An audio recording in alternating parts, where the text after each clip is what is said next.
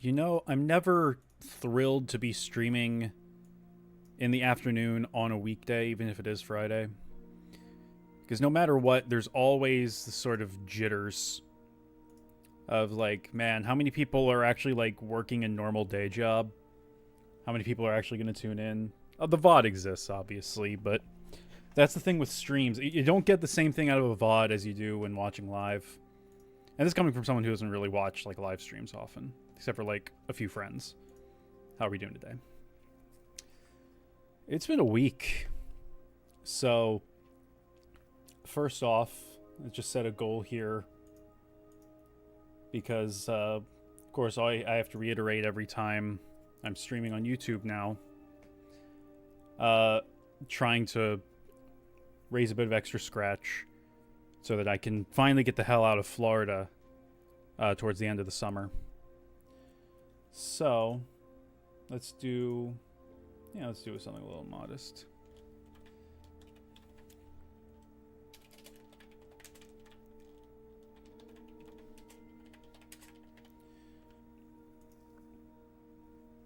There we go. That's something. Lock myself out before I respond to my... Oh, shit. That sucks, Chris. Yeah, so it's been a week. My cat's eye has always been, like, discolored. But started watering really bad on Tuesday, and then by Wednesday morning it was really cloudy, almost like glaucoma. We took her to the vet, and the pressure on the clouded up eye is at like 70 or 75, and on her good eye it's like 35, and the pressure's only supposed to be 20. So we've got her on eye drops for a week. That's been fun. That's like she nicked me pretty good in a couple places, including my neck there. So the hope, she's doing better than she was. She's moving around. She's feeling better. But cats are really good at hiding pain until it's just too much. So we have to give her one drop in her bad eye every 12 hours for this week, and then one drop every 24 hours for the other eye. So we've been it's been an ordeal getting that done. You know, cats like to struggle. Cats are fickle like that, yeah. We weren't able to do like a full checkup for that. You know, the money wasn't quite there. Give it a little time, it'll come in. And if it persists, like, it could be glaucoma, it could be a tumor. If she isn't really getting better after that follow-up appointment, we're gonna have to bring her to an ophthalmologist. And who knows where we're going to go from there. But yeah, she's hiding under one of the beds right now because she has grown to expect being wrapped up in a towel to be given these eye drops, and she no likey. Other than that, it's been a bit of a busy week. I'm still chugging along on the 10-2 video. I just finished Chapter 2 of 10-2 International. I'm not 100%ing this playthrough because I already did that once, and it kind of ruined the game for me, I realize. Because I'm not doing a whole lot of side stuff. I'm kind of doing like just enough here and there, and so I don't have like all the dress spheres I could have. Because I'm not really following a guide. So I have no idea how gimped I'm going to be for when I play Last Mission. Script's chugging along. I'll see where I am with that on like Wednesday, and then I'll decide whether I'm gonna like plug Jack X into the schedule and get that out in 2 weeks, because I think I'd get that done pretty quick. Jack X is not a complicated game. There's only so much info out there. How painful is the 100% for 10-2? It's really tedious. It is excruciatingly tedious if you're trying to do it on a first playthrough like I did when I recorded it a few years ago. Because like you have to do via Purifico, and you basically have to like max yourself out for it. It's not fun. It's very grindy, very tedious. It's not fun. What's worse, going for 100% in 10-2 or doing the post game in 10? Post game in 10, I think. Just like, because you spend so much more time doing the post game in 10 than you do for 100% in 10-2. And at least in 10-2, you have the option of holding off till New Game Plus. So if you like want to do it over the course of multiple playthroughs, you can do that. Whereas in 10, now you got to do it all at once, and you have to spend dozens upon dozens of extra hours. With 10-2, the big hurdles are like having a guide to like not miss anything, which is easy. You know, there's a really good guide at, on GameFAQs I used. But like with 10, it's just it's the grinding. What about 11 and 14? Yes, I'm going to be doing 11 and 14 videos. With 14, it'll be harder because, as I understand it, like they like have changed up jobs so much, in so many ways. Like I think it's Monk that constantly gets reworked. I don't know. I'm not super plugged into 14. With 11, I'm on Rise of the Zillart for 11. I finished the main Zillart story. I have to do the rank 6 through 9 missions for every nation still. I've been dragging my feet on it because I've just had other stuff to do. But with 11, my understanding is that its updates were, you know, they're building on top of what came before. So you can theoretically experience a lot of the game as it was back in the day. Aside from, I think they've increased movement speed a bit, and experience yields are definitely higher. But because of trusts, you're not going to find like leveling parties outside of like Abysea, I think. I think that's kind of like the place you go, the stuff you do to power level, but I'm trying to do stuff roughly in the order that it came out for 11. But yeah, like the plan for 11 is basically a bunch of smaller videos in one larger video. Like each expansion is going to have like as much of a development and context section as possible, and a reception and legacy section. And I'll talk about like the legacy of 11 as a whole at the end, because like it's changed so much over time and so much has been added onto it that it's opinions.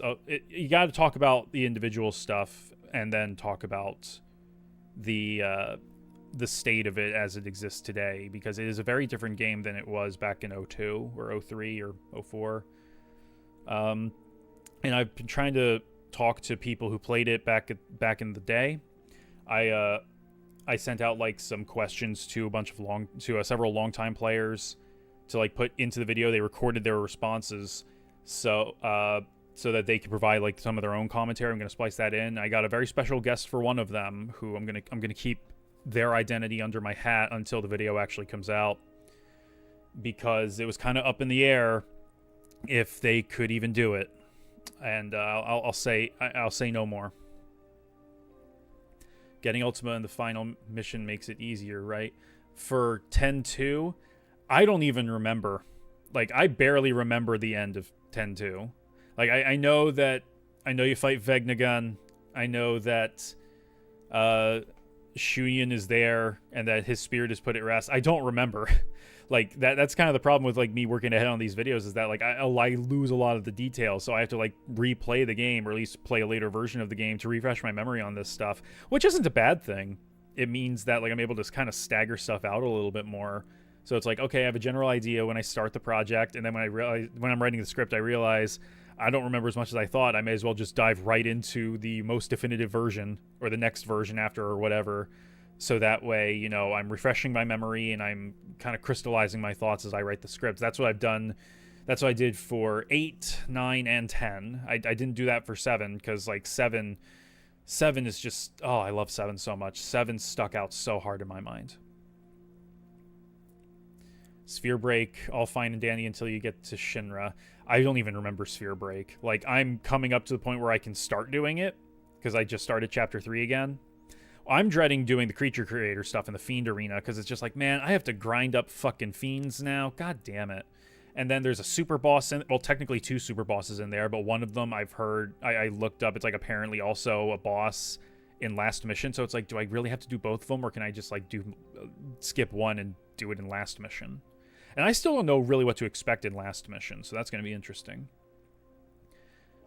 11 is both known and unknown. It is. There's going to be like a really strange set of expectations for that one, because 11 diehards are going to are going to nitpick everything I say for accuracy and hope that I get it right.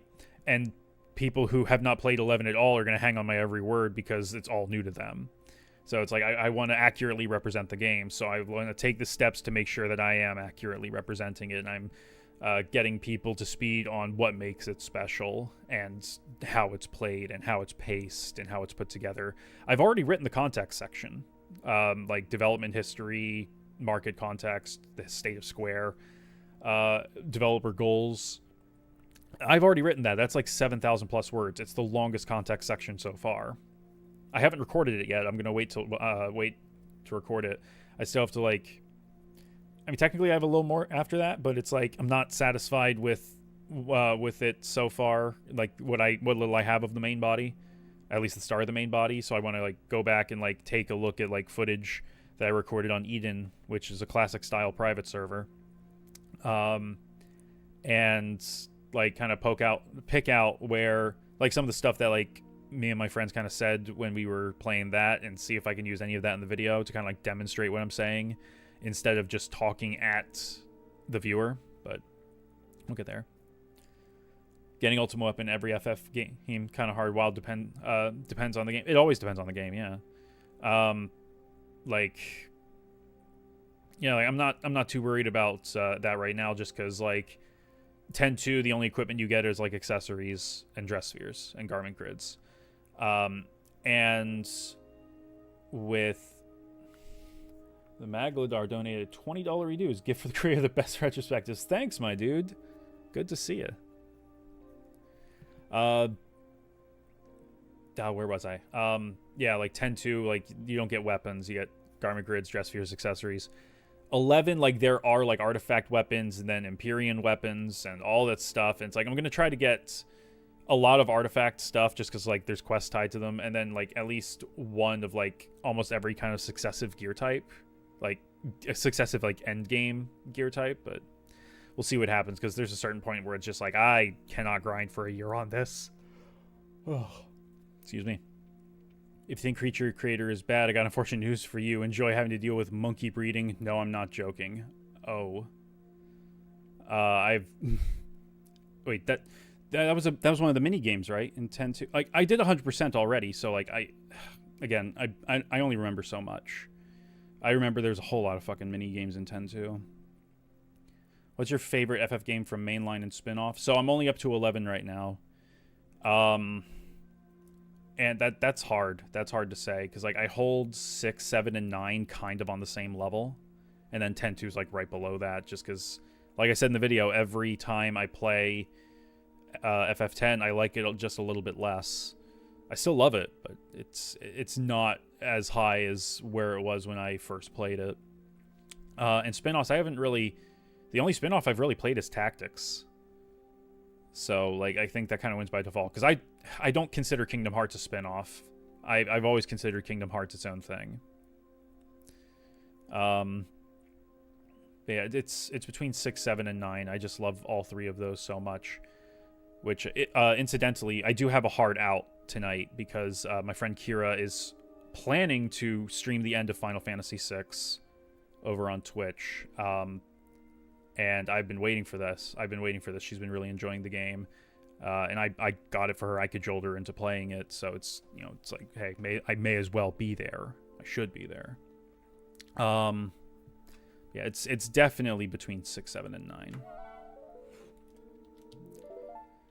Writing video for 14 is going to be very difficult, very huge, with 1,000 hours of content to say the least. Oh, I know it's going to be huge. And the thing is, I find it funny, and I mentioned this in the Patreon Discord. Whenever 14 is brought up around me, or whenever I bring up 14, there's always at least one person who pops up and says, hey, if you need help with 14, I will help you out, or I'll Sherpa you or whatever. And so I've got tons of people who really want to play 14 with me or help me out. And I appreciate that. And then I say, oh, I'm playing 11. I'm having a good time. Crickets. Nice. How'd the interview go? Words. How'd the interview go, Emily?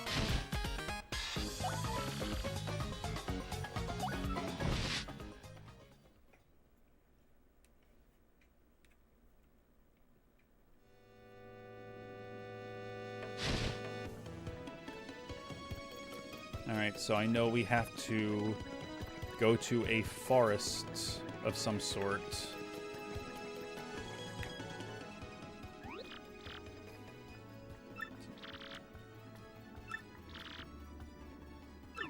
Oh, she could cook. 11, what's that? Never heard of her. I mean, a lot of 14 players have been jumping to 11 lately. So much so they had to close, like, 3 servers.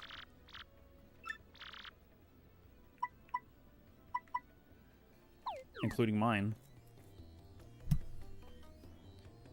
Getting around in that game can be a slog. It can, but man, like I love a good walking tour.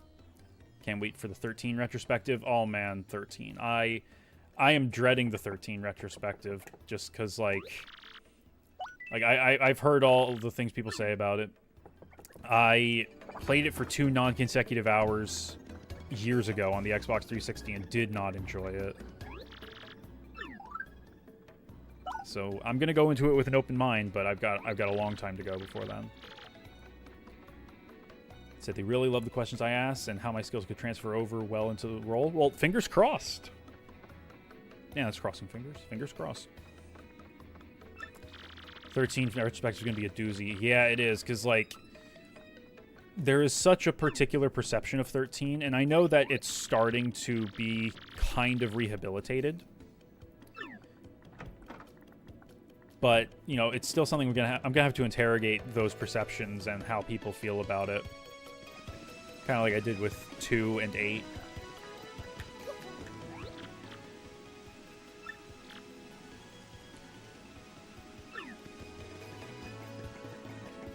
That's a pipe. I can't get in there. Oh, I didn't see what that was. There's just like looked like the revive from Pokemon. Beyond to parlor. Gave me a brief tour of the office. I feel like they did. If they didn't like me, they wouldn't have done that. No, if they gave you a tour, you're probably a shoo-in. Unless they have a really sick sense of humor, which, you know, some people are like that. Fuck those people.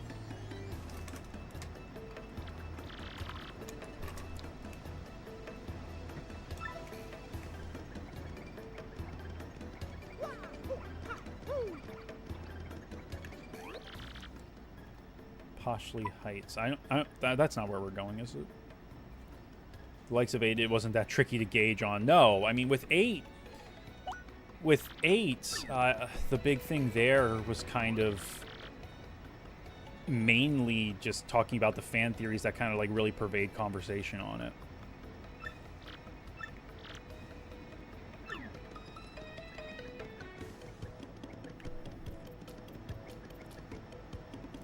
"13 is my second favorite game after 15, but yeah, it's very divisive. You either love everything about it or hate everything about it." Yeah, it's one of the reasons why I'm not super looking forward to it. Hold on, I'm gonna look up like a guide here, just so I can like get on track here, so I'm not just wandering around.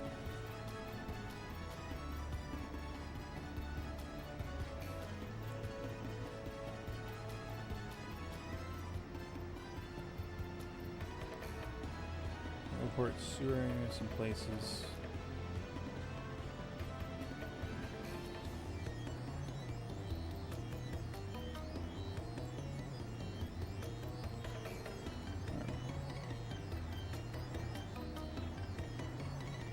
Okay, there's a pipe. There's a pipe underneath the town to get there. Okay. I was interviewing 3 people. Main person told one of them, "Why don't you give her a tour?" It said didn't have other interviews to do, but that hear back early next week. Well, thankfully it's Friday, so you don't have to wait too long if it's just early next week. Is this game good? I've been enjoying it. It's been fine. FF8 theories are something I don't really care for, but the Renault one is interesting. But like you said in your vid, the problem is it's built on assumption. It is, yeah. But also, it's more that, like, you know, does it really... What does it really accomplish in terms of, like, you know, enriching the story? Which, you know, there's an argument, but, you know.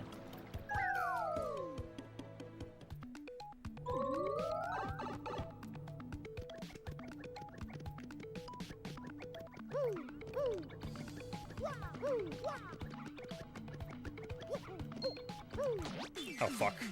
I didn't mean to jump on the boy. Jumping on the boy, no good. It hurt me.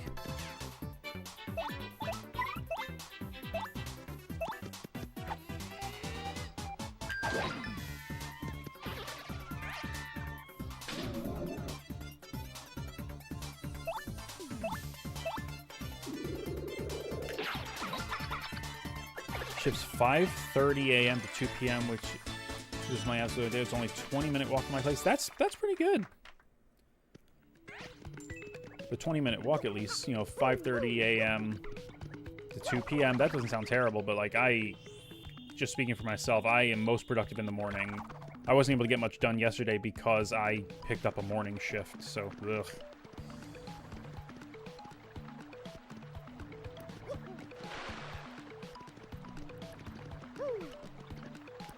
Yeah, the thing with FF8's fan theories is that so many people do treat them as fact rather than just like a thought exercise. Alright, this is not where I need to be.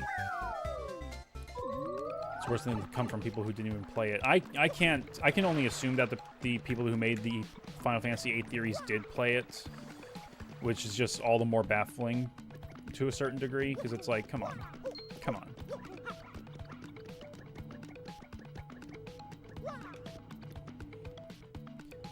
Not someone who immediately jumps to the theory being true because of Mobius. It was just a wink and nod to the theory. Yeah. Plus, like, I don't even think, like, anyone who worked on Final Fantasy VIII worked on Mobius.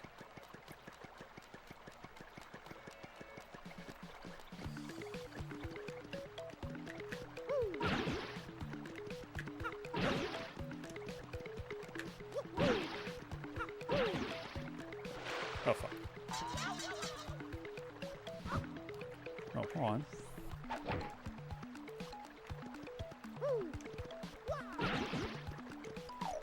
There we are. Is this how I go in? Oh, God.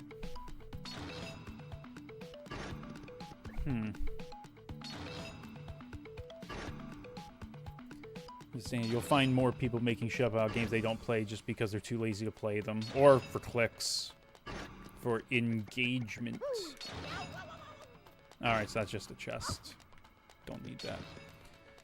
Recently, FF5 and 8 are in the same universe, all because of Gilgamesh, which is a huge stretch. No, Gilgamesh is a dimension hopper.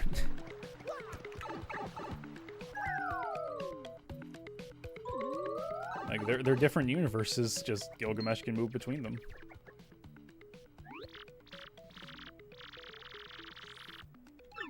One of the things mentioned.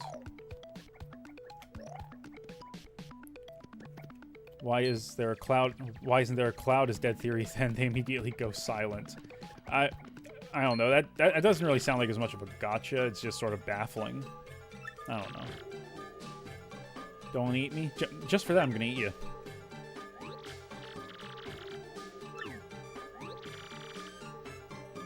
Guess again, nerd.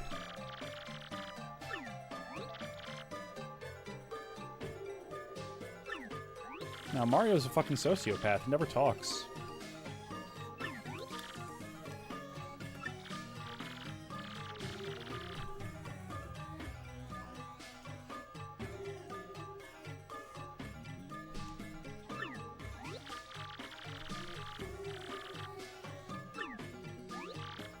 Last canonical appearance of classic Gilgamesh was 13-2. I thought he was in A Realm Reborn. I thought he was like at the Gold Saucer.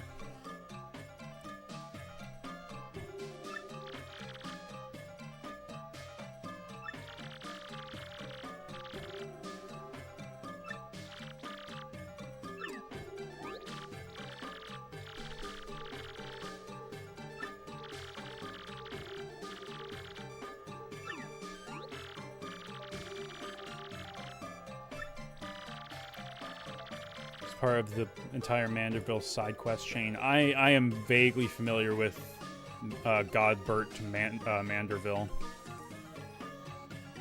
Just kind of over the top ridiculous.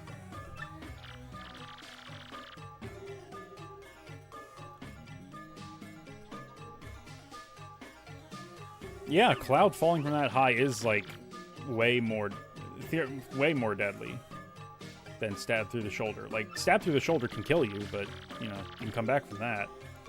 You can't come back from being fucking splatted in the fucking church from 500 feet in the air. Oh, but the Genova cells. Oh, but it's a fantasy. Yeah, so's Final Fantasy VIII. It's literally in the name.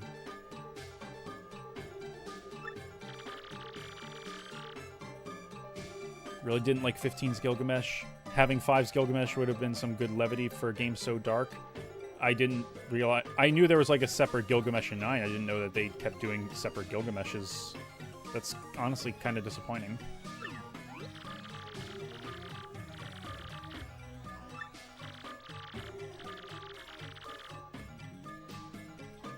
Whew.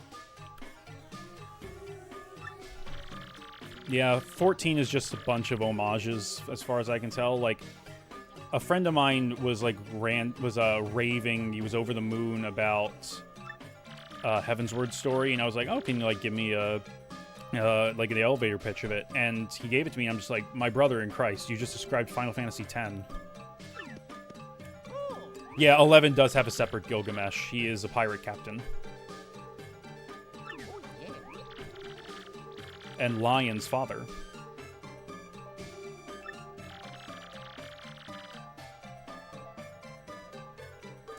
Gilgamesh at 15 is not the same. Call 14 a Final Fantasy theme park would be correct. It does have a decent standalone story too, though. Yeah, I've heard, but like, my understanding is that like a good chunk of its expansions ride super hard on retreading the bones of past games, or at least some of the aesthetics or motifs. Like, Endwalker is a huge FF4 homage, as I understand it, because, like, the moon or something.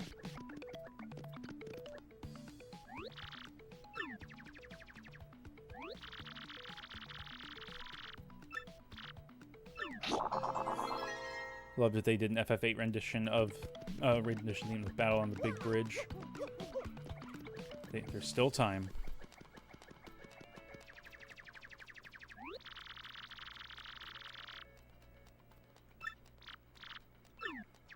Hurry, hurry, hurry.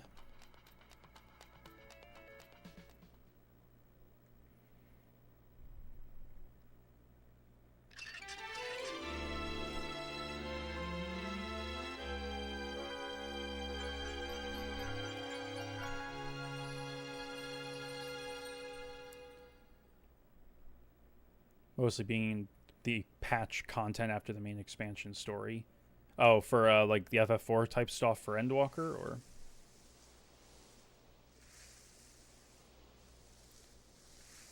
Square did practically nothing with the FF15 cast since forever. I mean, Noctis was in Dissidia NT. But then again, I don't know. Like, 15 was a franchise in its own right out of the gate, and it withered on the vine once Tabata left. They just canned the rest of the DLC and put it all into a book of short stories.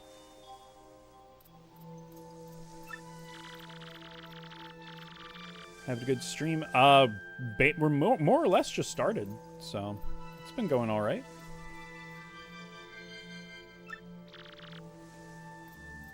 The Extended 4 reference was all the stuff you did after Endwalker. Alright. Paper Mario's been alright. I can't complain. It's fine. Dissidia NT was 10 years ago. God damn it, I feel old. I mean, so was 15. Playing this on GameCube? It's GameCube. I don't have the Switch version. Oh yeah, they were in Tekken.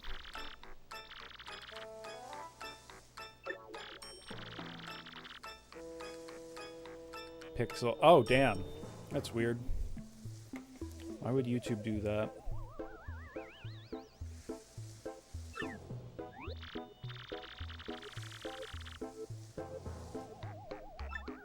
Made the Switch version run at a worse frame rate. It is what it is. I wasn't gonna get the Switch version just because I don't play with my Switch anymore. I haven't touched it since I finished the Final Fantasy VI video.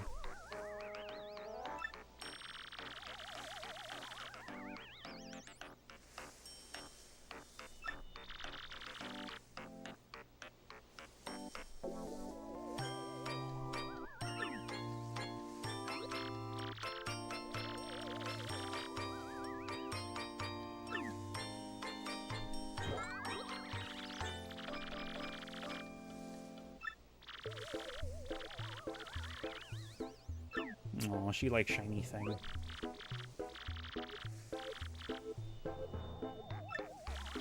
FF7 played at 15 FPS.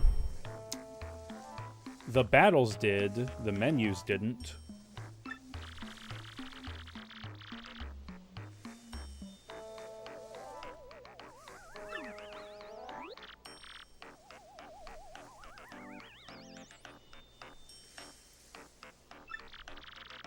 So the best way to play this game, I don't know. I know, all I know is that they like amended the translation on the Switch version to so that Vivian is explicitly trans, but that's like the only other thing I know that's a difference. So a lot of people would recommend the Switch version by default just for that, which hey, I'm not gonna argue. I get it.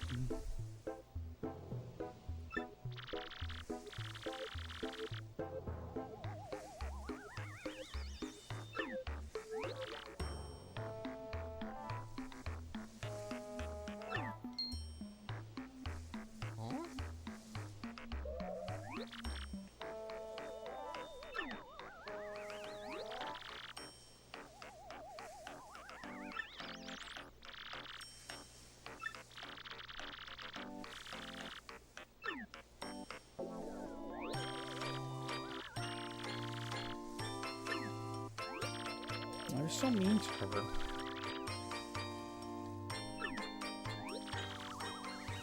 Two new post-game bosses in the Switch version. Huh.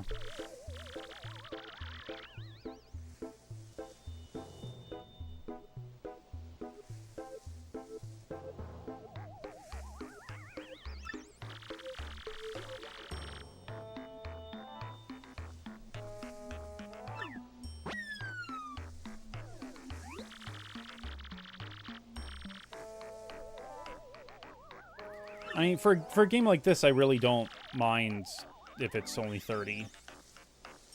Just because, like, it's not like it's super strict on timing or anything.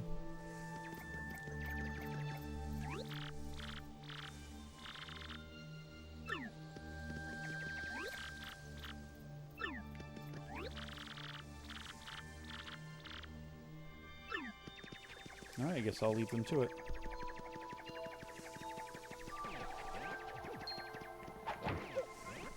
Oh, fuck.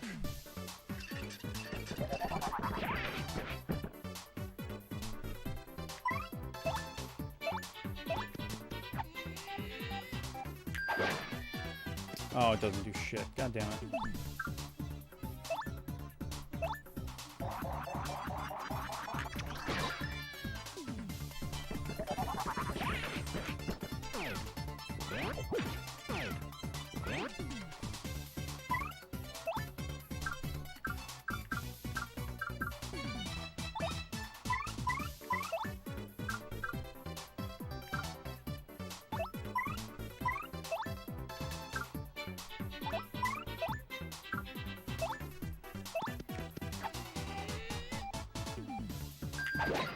Finally.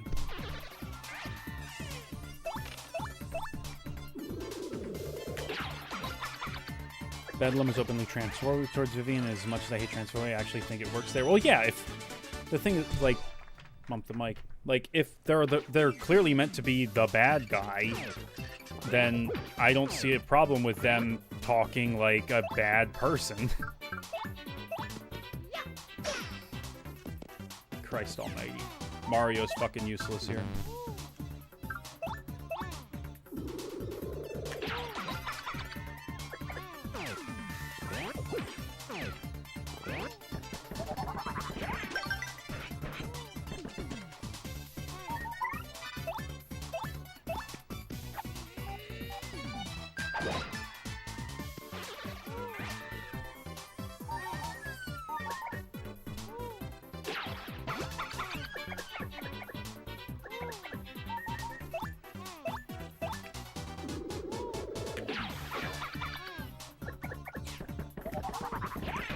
God damn it.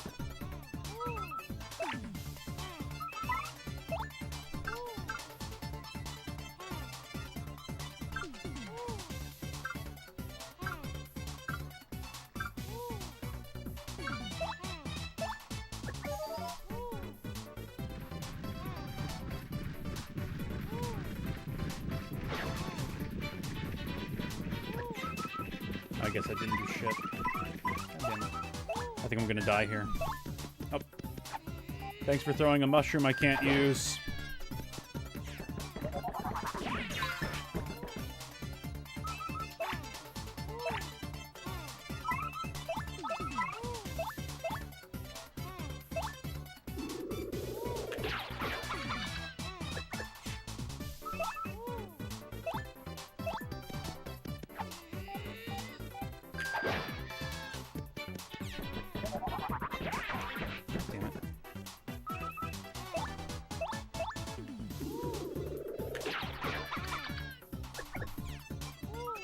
Can't do anything to him.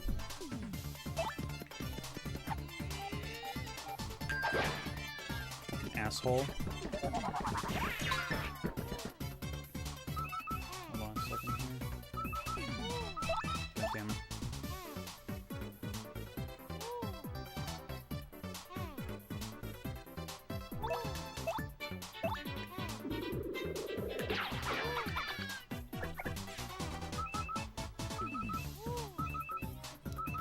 Am I gonna see the Galaxy movie? No.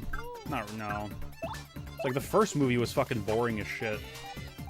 And I've heard that the Galaxy one is just not that much, it's like worse.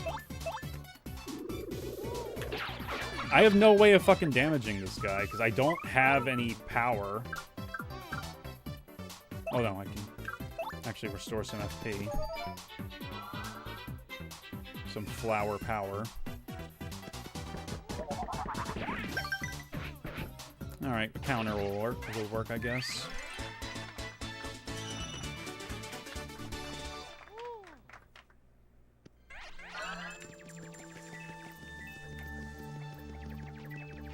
Yeah, Mario is in pain right now. What's this? Oh, I got some more FP.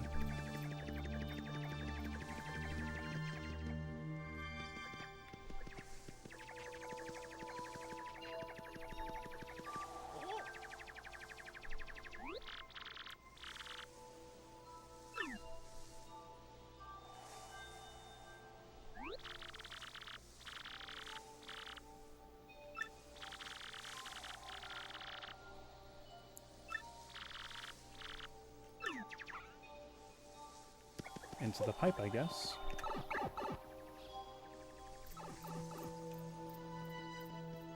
Here we go!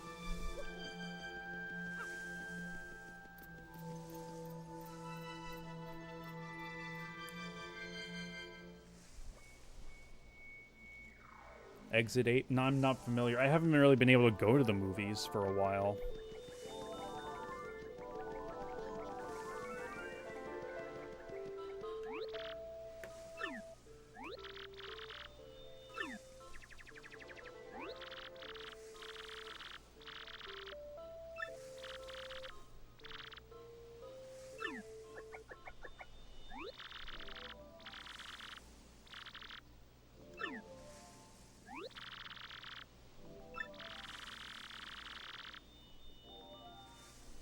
One of your favorites? A lot of people really like it, apparently.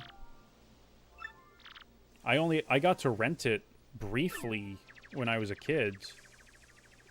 When I was staying with my godfather and his wife, because they had a GameCube. And I didn't get terribly far in it because they didn't have a memory card, and I was just there for the night. I was more interested in playing Pokemon Coliseum because we rented that too.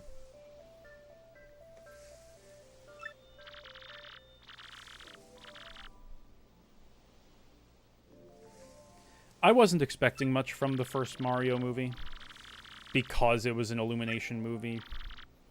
I went to see it because it was like a matinee showing for like $5, and it was something to do for that afternoon. It's like, all right, whatever, I'll see it. And it's like, it wasn't bad. It was just, you know, it was kind of exactly what you would expect. And apparently this one is just like stuffed with cameos to kind of distract you from the fact that there's not much to it. They've advertised that fucking Star Fox is in it. I'm just like, are you fucking kidding me? That sounds like a fucking joke.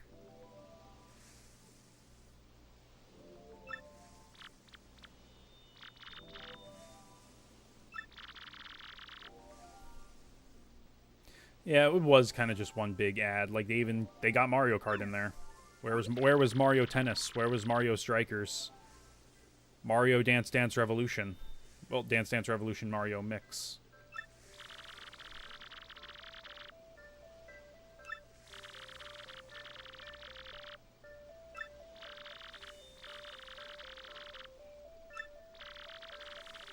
In the deepest corner of the woods.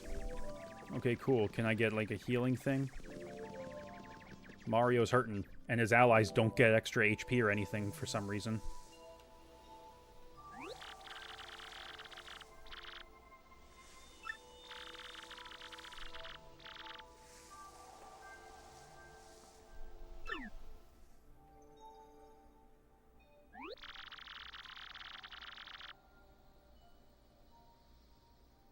Fox has more screen time than Rosalina?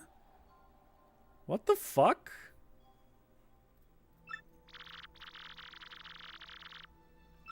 That's just wrong.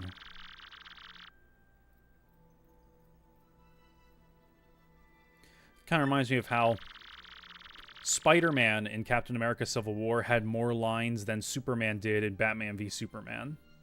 The theatrical cut of Batman v Superman. Like, holy shit.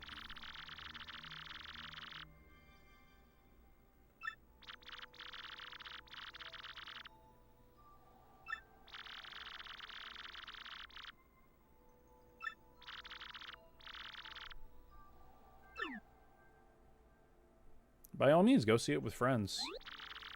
I probably wouldn't expect much, though.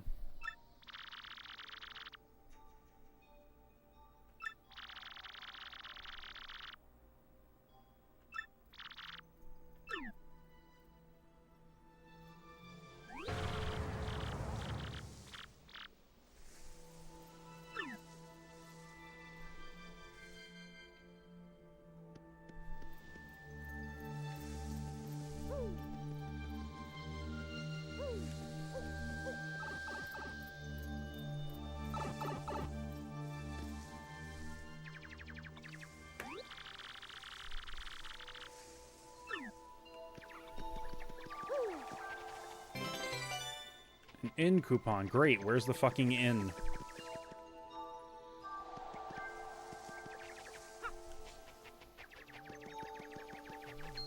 Nope. Nope. Fuck off.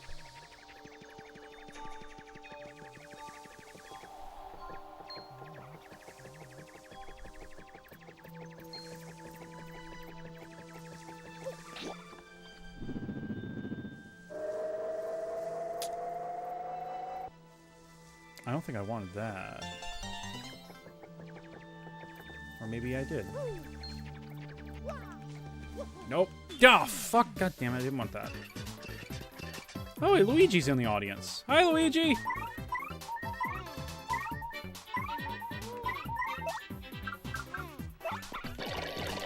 Come on, let's get out of here. Bingo. Do you have the Quake Hammer badge? No, I don't.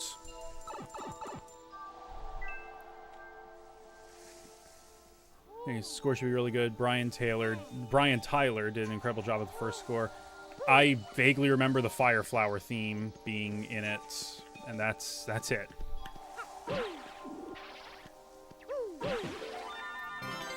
Shine get.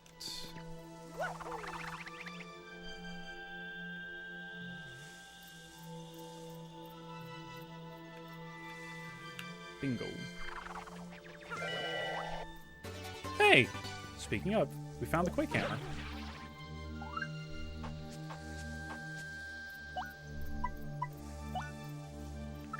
Wires 2.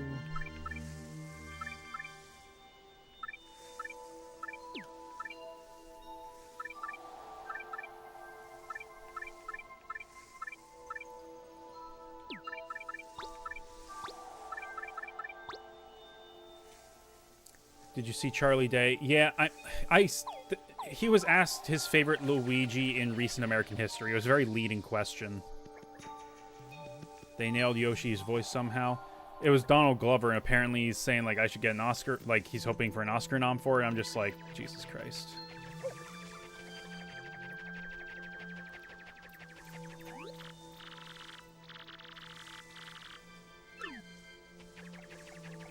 Yes, heals. Just what the Dactyl ordered.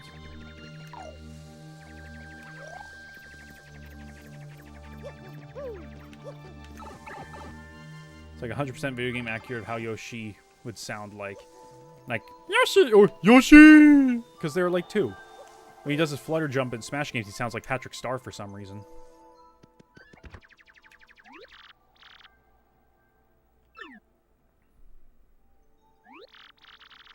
Can't imagine he's serious. I don't know. I don't really know Donald Glover. I know he's in stuff. And things. He was a young Lando Calrissian in that their Solo film. And he was okay. You know. I say that. He was pretty good as Lando.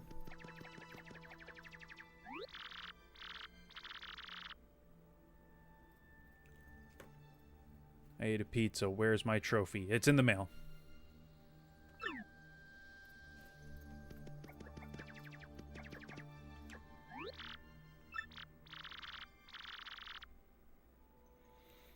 Oh, that's right. He was Simba in that dumb Lion King remake, wasn't he?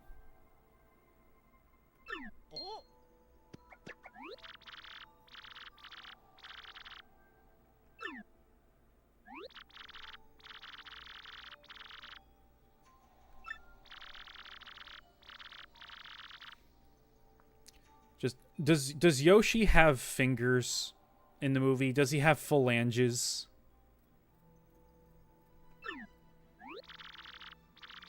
Because I'm contractually obligated to not like that.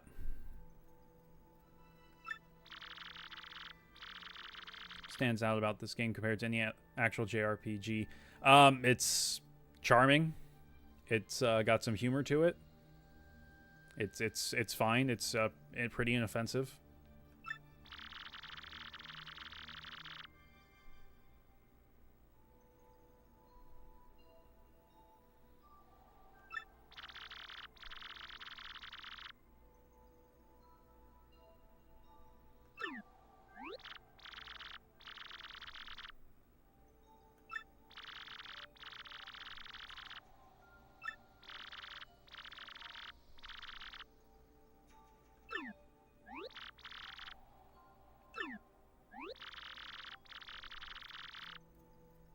Oh, shit. Vivian has the necklace.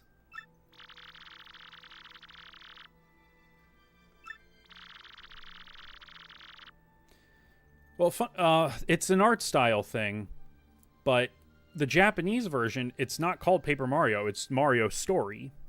The paper is just incidental, really. They play with it a little more in this game.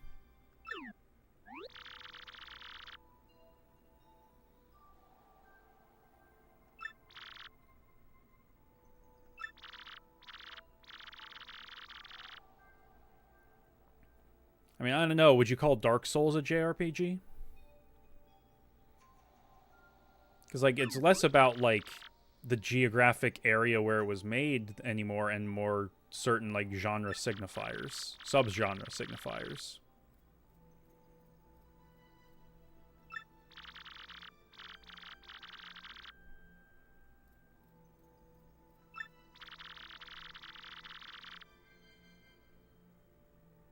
Dark Souls is what Japan's take on a Western RPG is. It's definitely not a JRPG. Yeah, that's about right. That's about right.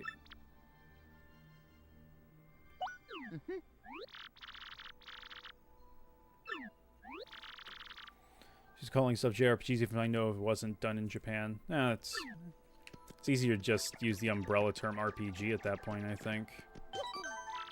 So that way you don't have to worry about the labeling. Just, yeah, it's an RPG. Like, Kingdom Hearts is an RPG. Final Fantasy VII is an RPG. Mass Effect is an RPG. Mass Effect 2 is not an RPG.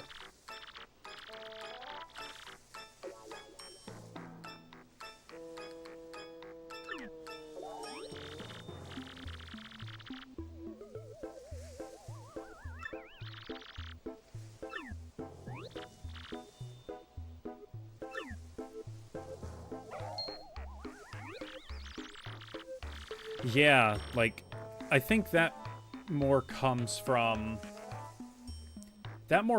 how, like, there was a stigma against Japanese developers for a hot minute during, like, the 7th console generation, because Japanese studios just were not, they weren't hitting, like people would have liked them to at the time, because they were trying to chase, like, Western trends, and it wasn't working out. That wasn't universal, but that's what a good chunk of them were doing at the time. Because there was sort of vaguely, no, I don't want to say racist, but, you know, might be rooted a little bit in that. There was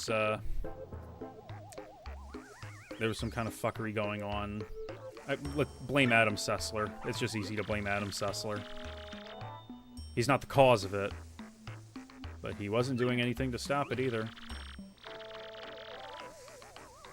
Mass Effect 2 is a third-person cover shooter. Yeah. Mass Effect 1 is the best Mass Effect. Don't at me.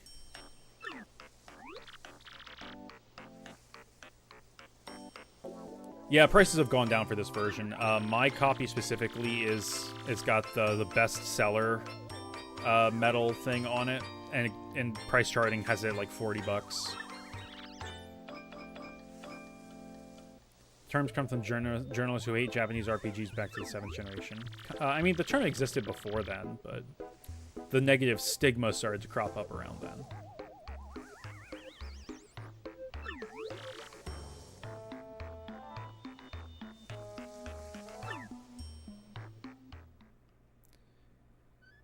Yeah, Sessler's been, like, beefing with one of the writers of Aftermath on Blue Sky recently, or at least has been trying to. Like, Sessler's like, man, he is such a piece of shit.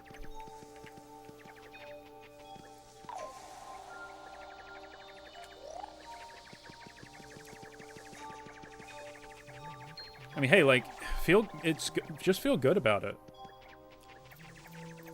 Feel good about anything. It's hard to feel good about anything anymore. Take whatever you can get.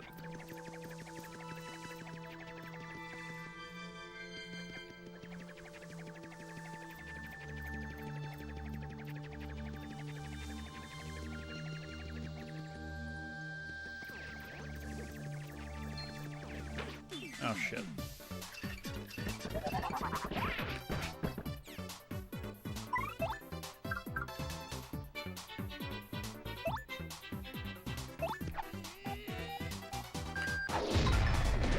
Bam! Oh, that's nice.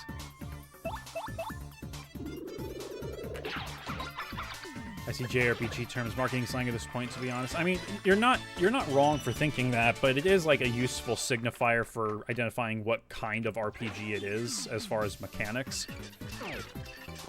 Like, if it's turn-based, if it's more inspired by, like, Dragon Quest and Final Fantasy, then yeah, it is a JRPG, basically. It's not universally true, but it's just useful for identification.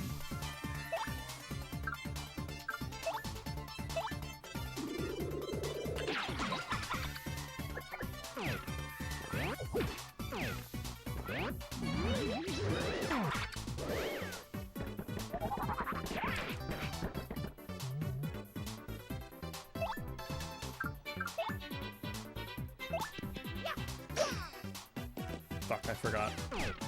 Fucking plant.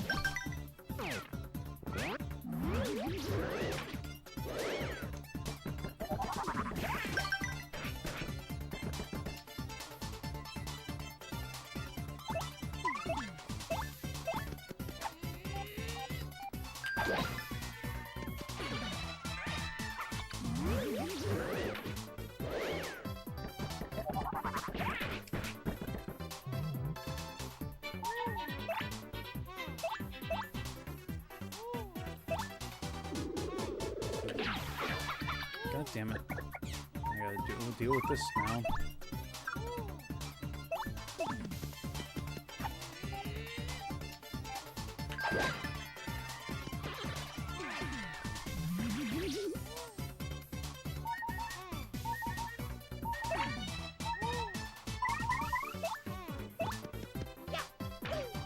God damn it.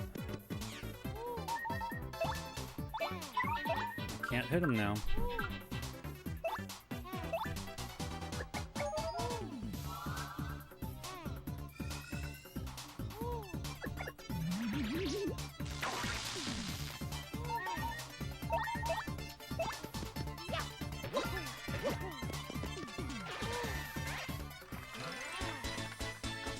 Magic Mush really did a really good video essay about G4 and how they had absolute hate boner for JRPGs, especially Square Enix stuff. I think it's interesting how X-Play did give 12 a 5 out of 5. I think it's the only FF they rated above a 3. I thought they did give it a 3 or a 4. So I saved their 12 review. It's on archive.org. Yeah, like, the X-Play was not kind to the genre.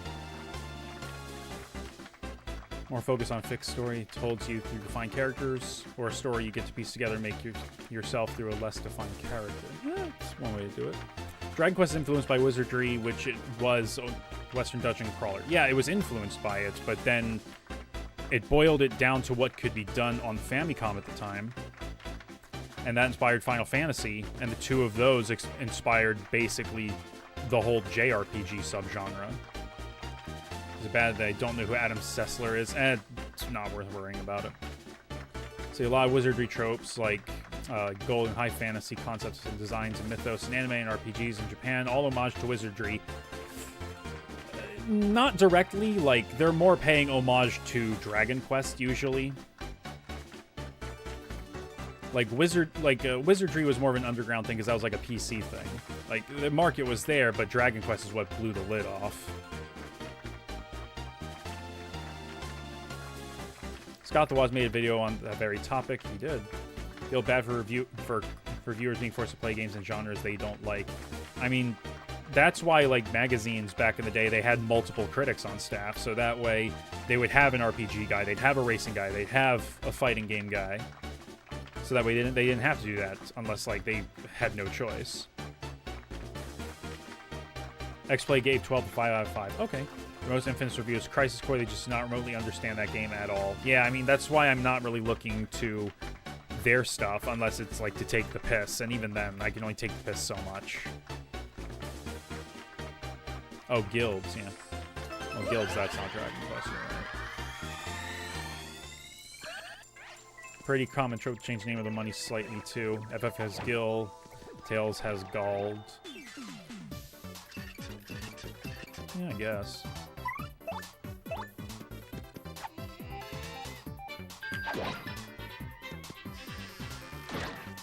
Ah!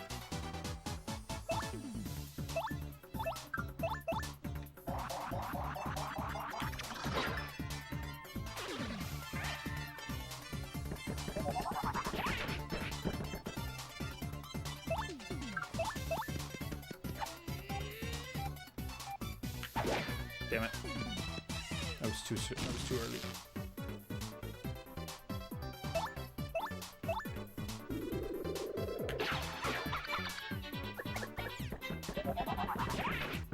I hate these enemies so much, I don't want to deal with this area any longer than I have to, just because of these fuckers.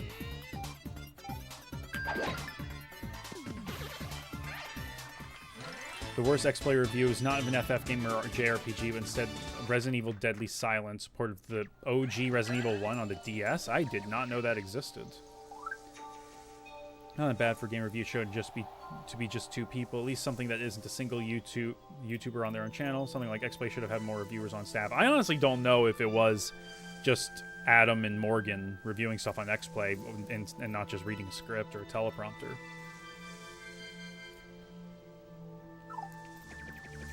Sessler didn't write. He was one of the hosts of X-Play back in the day. So it flips cleft. So yeah, the thing is though is that I have to use FP to use it, which, you know, I'm running a little bit of a deficit on that.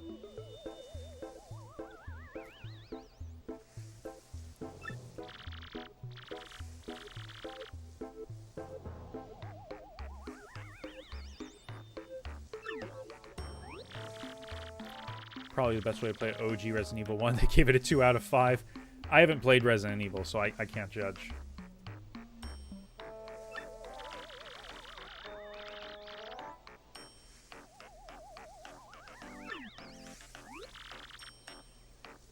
I mean, like, they brought G4 back briefly, and they had, like, Scott the Woz and the Completionist as part of it, and it's like, it did not fit in the modern, like, internet landscape, especially not in the way they wanted it to. Like, Sessler kind of torpedoed a lot of, like, torpedoed any goodwill he may have had. He just kind of shined a spotlight on himself and made more people aware of just how much of a fucking asshole he was.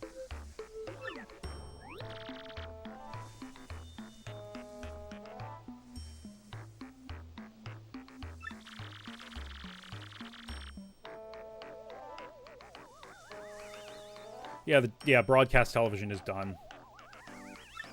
Like, even network TV is, like, not doing great, and you can watch that for free. Complaining about people hating his Crisis Core review, and I can see his point. At the end of the day, his review is how he feels about it. If he hates it, fine. Not everyone likes everything. People don't seem to understand that. Reviewers are meant to cater to the audience that shares their taste. If you disagree with them, stop watching them and find out. Yeah. Like, critics, the point of critics is not to echo your sentiments. It's also not to inform the audience of whether something is worth buying. It is to deepen one's understanding of the material. I don't think Adam Sessler is a good critic. I think he's a salesman. Played Kiski. I have no idea what that is.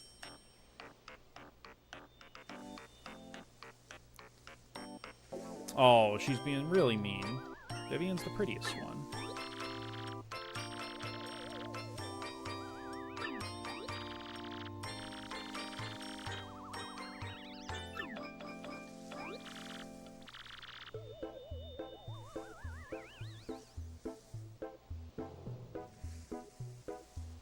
Trails. No, I haven't played Trails. Trails is too much of a time investment. Like 80 plus hours? No. I'm not doing it. I can't.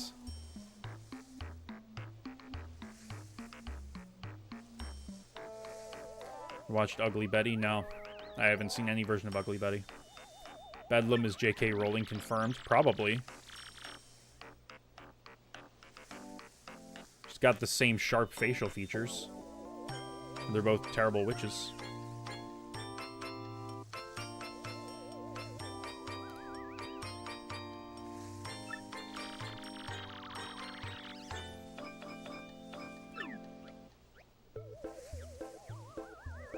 It is very long, yeah. And I'm talking, like, even just a single game is really long. It's just like, I don't have the time. Especially right now.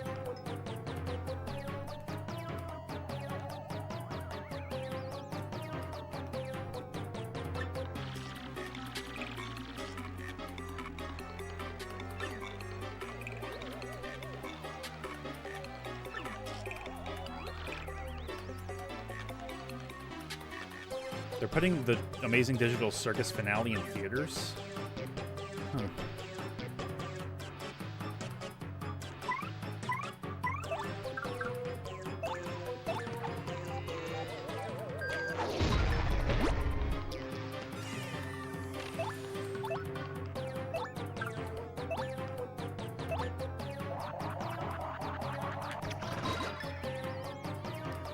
could have sworn I turned that off.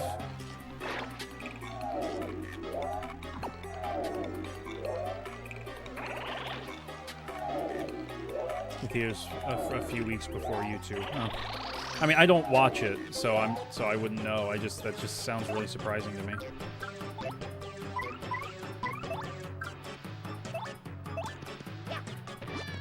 Damn it.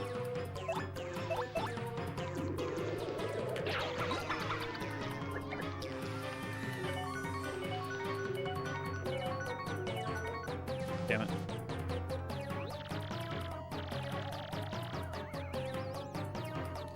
I remember, like, when the first episode dropped and I saw some people talking about it, I was like, oh, I guess some little quirky indie animation happened, and then more kept happening. I'm like, okay. And I just moved on with my day.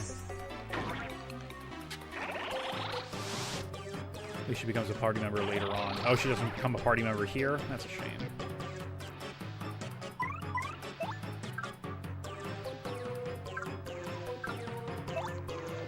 You know what? I'm going to make all of you mini as retribution.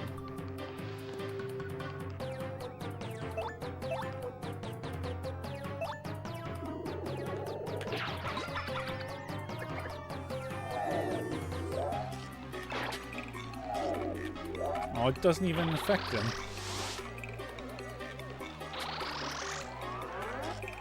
Oh, damn. Big boost. I don't like that.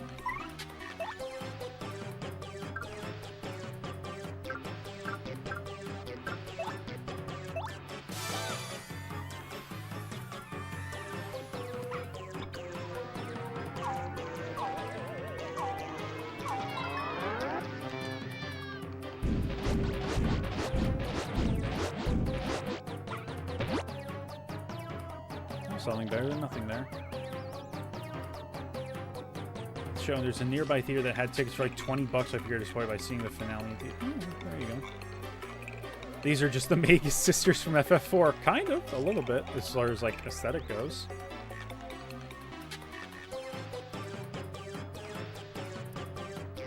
Digital Circuit's good if you know SMG4 before it. I don't know what SMG4 is. Can leave. Love you. Via's probably gonna watch one of or something. Just can't sit in streams very long. No, you're good. Thanks for stopping in. I don't know what SMG4 is. Like I'm not really in tune with like indie animation.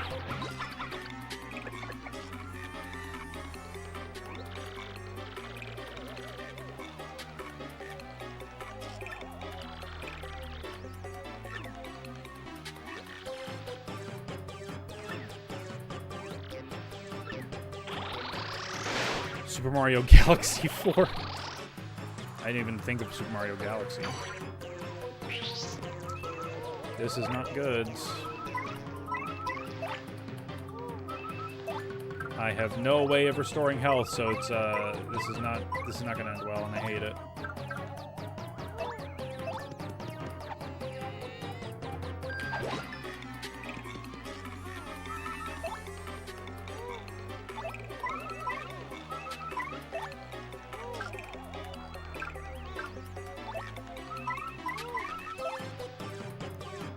SMG4 is the origin of all you love and like about Digital Circus. I haven't watched Digital Circus, so that means literally nothing to me. Plushie channel that does skits. Never watched them, but one of their skits is popular audio on TikTok. Well, I don't use TikTok, so... Yeah, what's the acronym? Help us out here.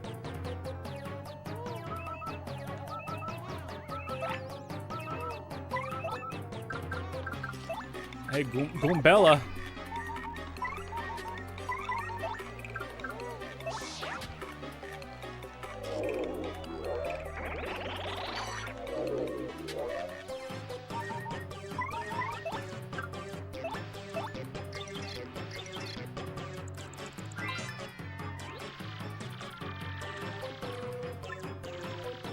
Max HP is 9.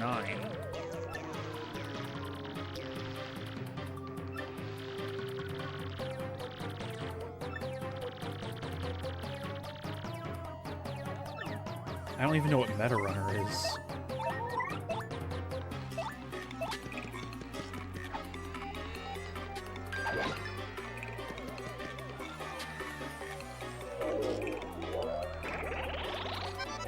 Oh, thank God. Thank God. Okay.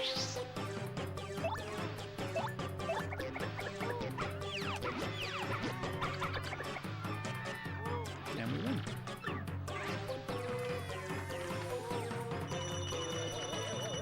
$30 star points. That's a level up, right? No? Okay.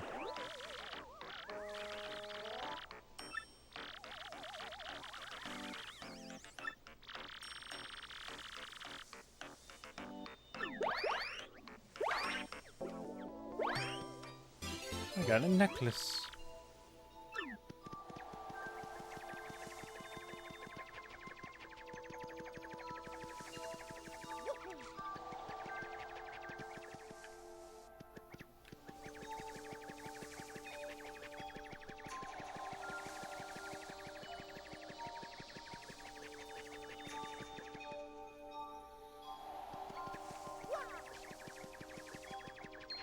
Nope, nope. Fuck you. No! God damn it.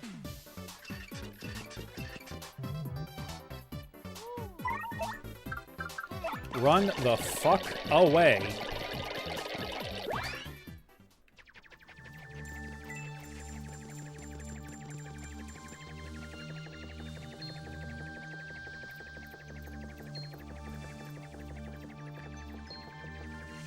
Oh, god damn it, I didn't mean to do that. Fucking phone startled me.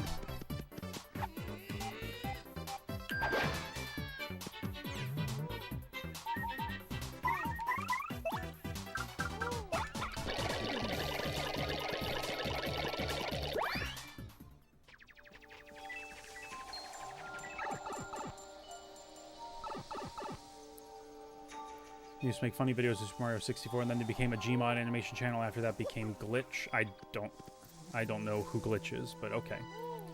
Series about an amnesiac girl in a somewhat dystopian world where gaming is basically a way of life to the point people have robo-arms just to perform better. Jesus, that is dystopian. That's like some Ready Player One shit. Became the entity which make and fund indie animation. Good for them.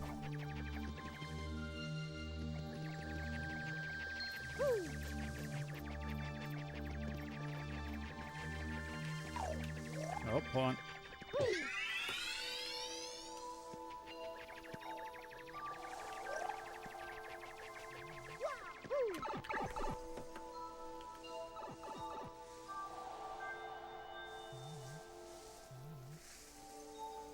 Never text a good time.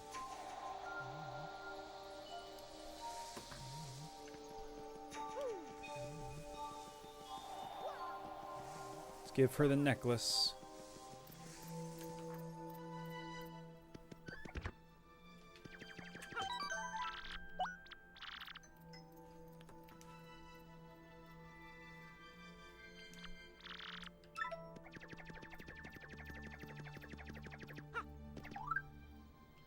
Here, have a necklace. Please leave the necklace by the door and wait a moment. All right.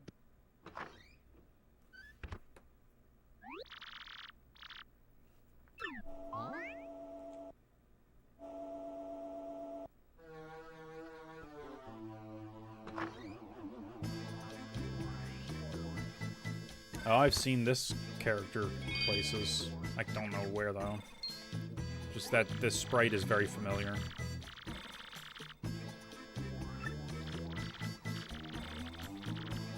Oh god, she's flirting with Mario.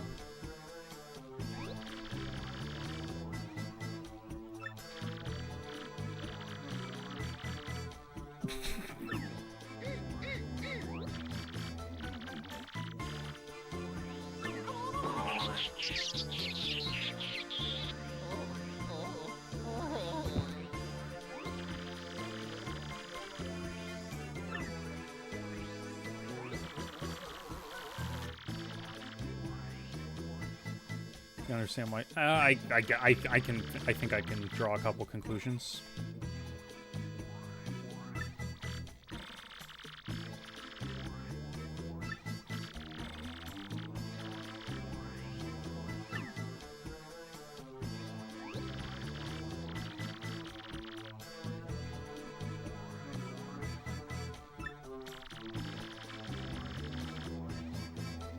Oh, is she becoming a... Oh, she's becoming a party member. Okay, do you have more than 10 HP? Because I would like it if you had more than 10 HP. I'm asking for too much, aren't I?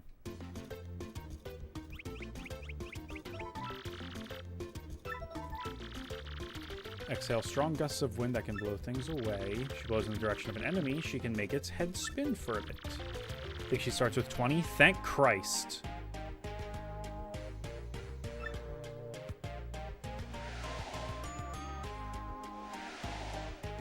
Her power is blowing.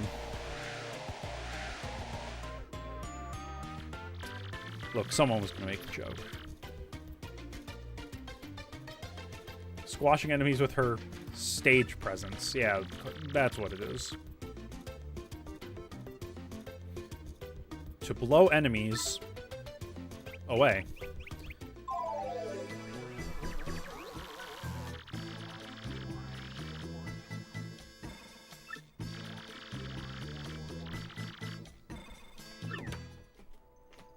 Oh, she starts with 15. Close enough.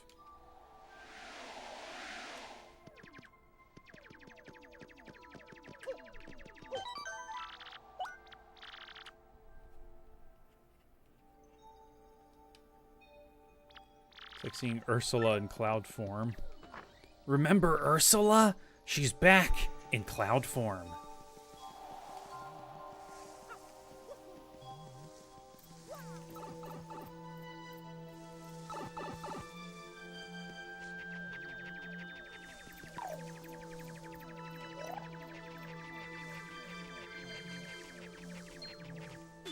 Alright. Guess you're going right into this then.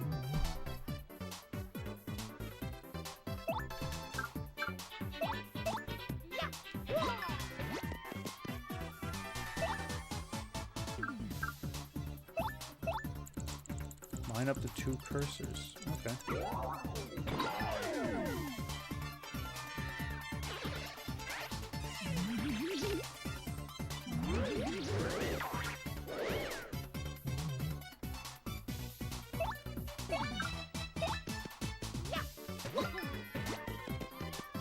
She's unfortunately my least favorite party member. My favorites are Vivian and Goombella. Goombella has been useful just because of Tattle, but her HP is so low.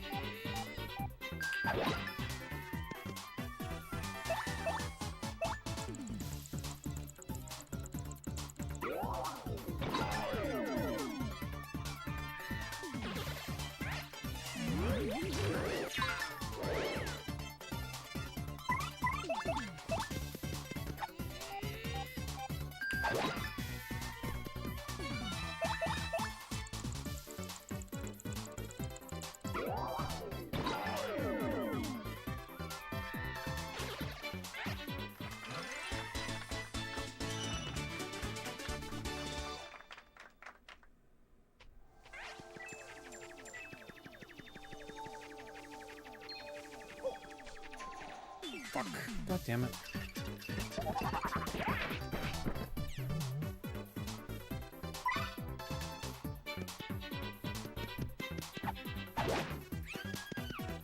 Jesus Christ, Mario. Why'd you do that to that guy? What'd he do to you?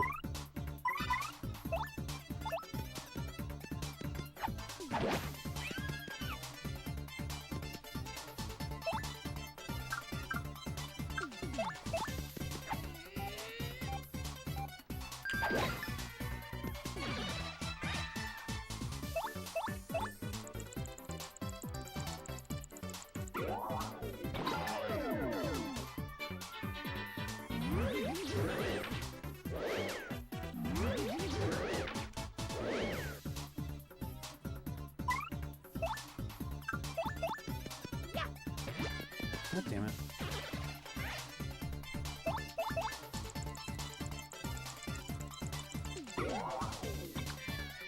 And I missed.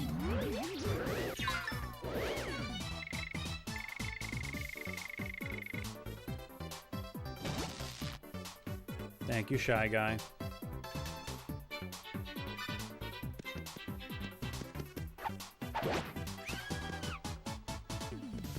Why does Mario hate the audience? What'd they do? What'd they do to him? Like, holy shit.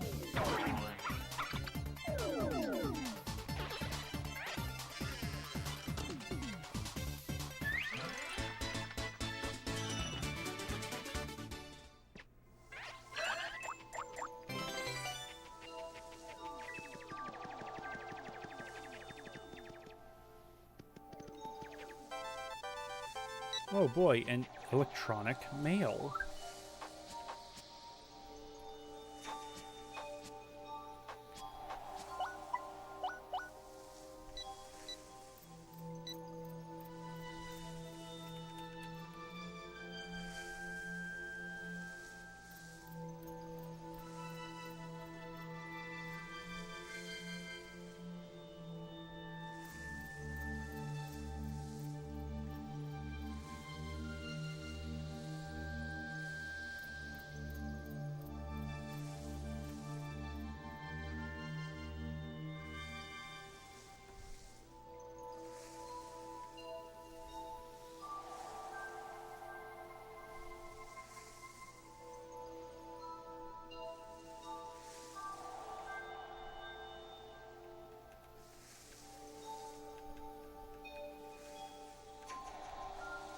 That was pointless.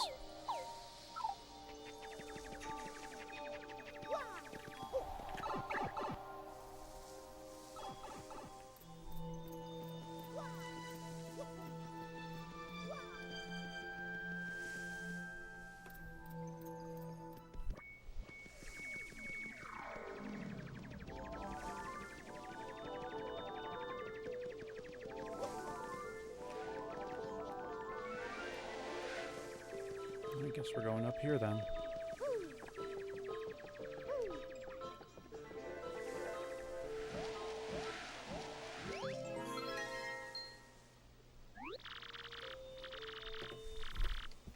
Secret entrance.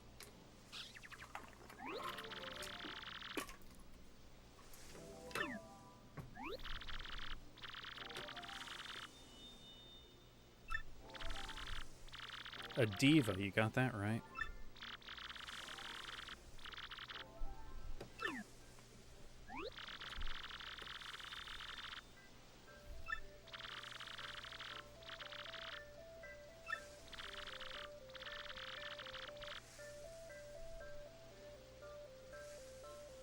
Played Crash 4. I haven't even played past Crash 1.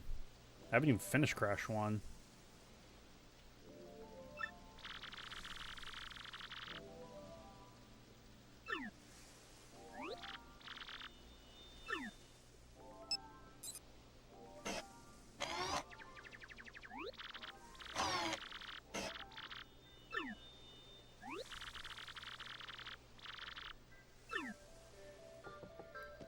Let's fucking go. It's not your thing or just time. Crash 1 is fucking hard as balls. And I haven't played the other two or three because I haven't finished 1, and I don't think I will finish 1 anytime soon, so. Low column A, low column B.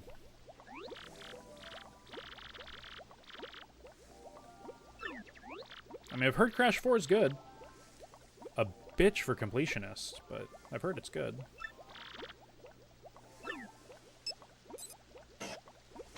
Yeah, I've heard 2 and 3 are a lot easier.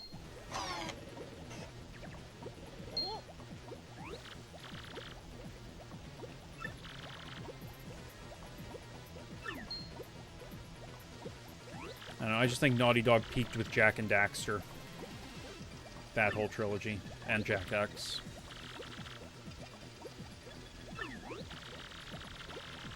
Insane Crash 1 is more approachable, so if the original something, you'd go with Insane Crash 1. I'd have to get the Insane trilogy. which I'm not in a position to do right now. I was asleep watching the Chrono Trigger video the other night, and it finally made me sit down and play it. I'm specifically playing the DS copy I have. I've heard good things about the DS version. I wasn't able to get to it, though. Didn't see the point in buying the PC version when I already have it on DS. Yeah, I mean, the PC version is just the DS version, just with, it's a slightly questionable port that your save data can be randomly deleted. Yeah, like, Chrono Trigger's enjoyable, but I don't see it as, like, a masterpiece like so many other people do. I think people gas it up way too much.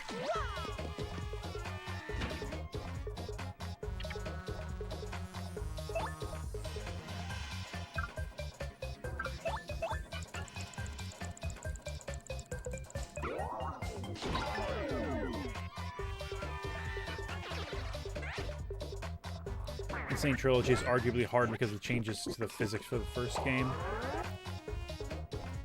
I mean, I know that they changed the physics across the board for the Insane Trilogy, but I've never heard anyone say that it made the first game harder.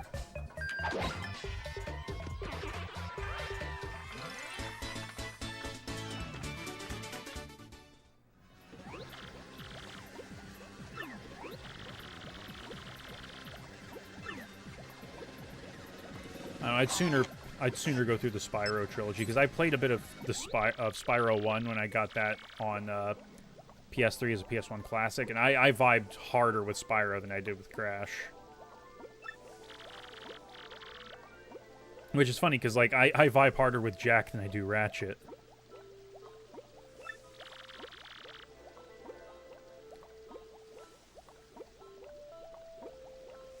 On my 3DS the other day. Pretty cool to have so many 3DS games on it now.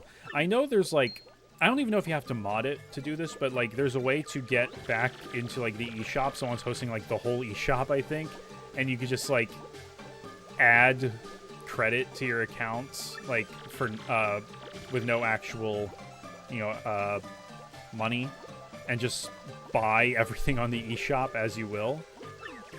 Like, I have to look into that, because, like, honestly, that sounds like, yeah, I could finally, like, actually play some 3DS stuff. I just have to get, like, a bigger SD card. Because I have, like, a 2 gig in mine still. I never swapped it out. I would like to get a 3DS XL. Not, like, but, like, all 3DSs are, like, really expensive right now.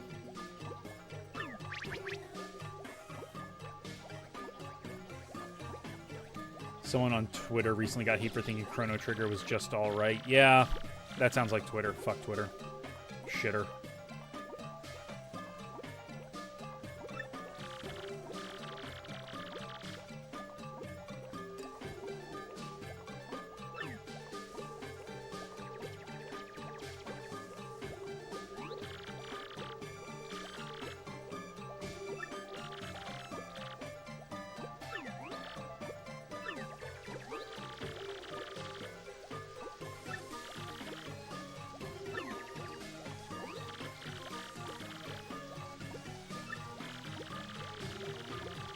I'm gonna have a hell of a weekend, aren't I? It just hit me like what I have going on tomorrow morning. Well, it's relatively early in the morning, but I'm recording another bonus video tomorrow. I'm recording a bonus video going over all the cards from the Final Fantasy Magic the Gathering scene boxes from back in December. Aiden and I are finally sitting down to do that. Because we've been trying to do it for months. Schedules just haven't been lining up.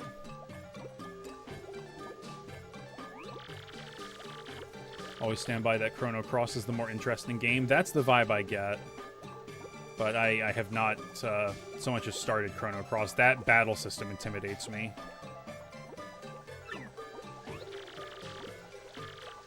I'm sure I'll get the hang of it once I actually play it. But still. Honestly, I might play it on stream. Aiden Moher, yes. Same person I did the 12-hour video where we went over every new card from the standard and the standard sets and the commander decks. That was fun. That was really fun. At first we were like, yeah, we can knock out this whole thing in 2 hours, and it took us like 14.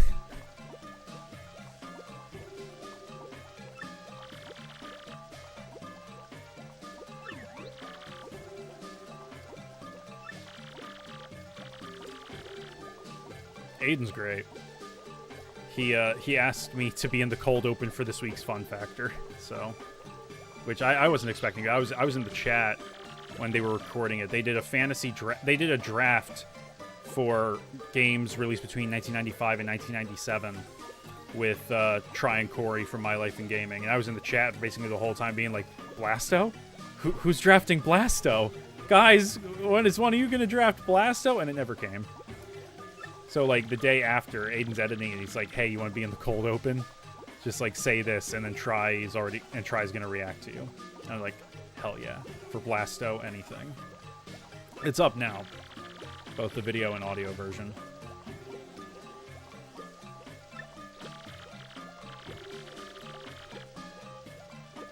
Yeah, it's all overwhelming. How's the cat doing? I think she's hiding under my roommate's bed right now. Cause like she knows that she knows we're trying to do the eye drops, so.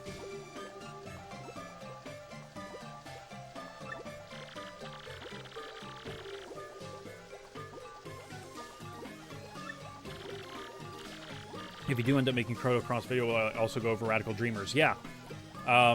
I'll bring it up. I don't know if I'm going to go like deep into Radical Dreamers, but I'm at least going to talk about it. Kind of have to.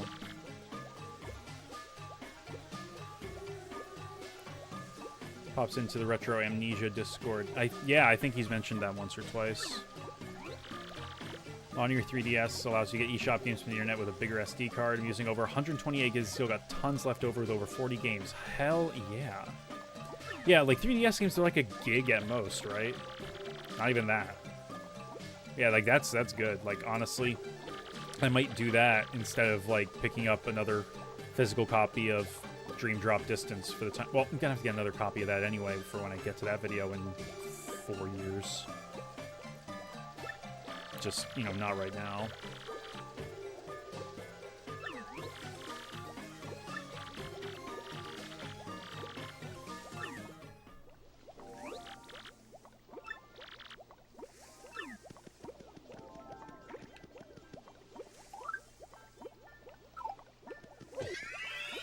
Queen.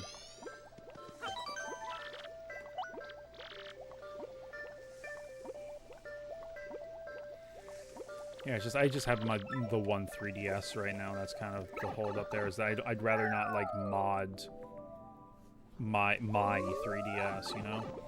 Like I wouldn't want to mod my original Sega Genesis. Looks like something fits here. The biggest I've seen is under 3 gigs. That is a lot for 3DS.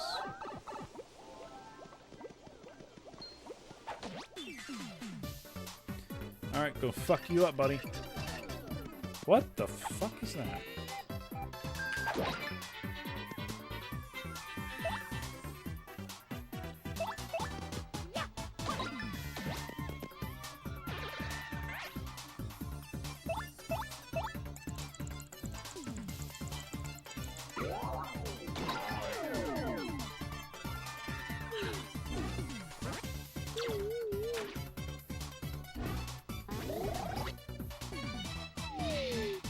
Oh god, he's got a friend.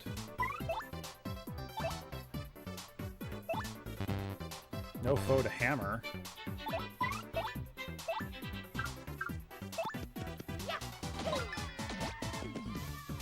Can we bring back handhelds? Oh, if only.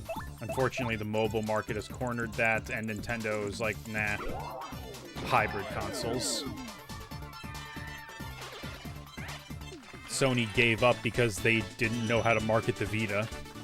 And also because, like, Vita developers were kind of caught in between, well, console scale games on a handheld, that's a tough nut, that's kind of a tough balancing act. And also just, oh, I thought I had something coming out of there. And also because people weren't buying the Vita, developers weren't coming to make games for it, and because people weren't coming to make games for it, people weren't buying it, so... It's a shame. I honestly want to try and avoid selling my Vita if I can, just because like that's where I've got like Persona 1 and 2 on. But you know, if I have to, if I have to, I have to. Been binging your Kingdom Hearts videos over the last week. Never played them, but I have good memories with them. Your vids help digest the story. Thank you. Unfortunately, that's not the goal of the videos, because I don't think you can really do that in a satisfactory way in video form. That's good to hear, especially because like Kingdom Hearts 2 is like the one that starts tripping people up. I wasn't even trying to like make it simple to explain, but you know, part and parcel with actually like making the videos is you gotta at least try.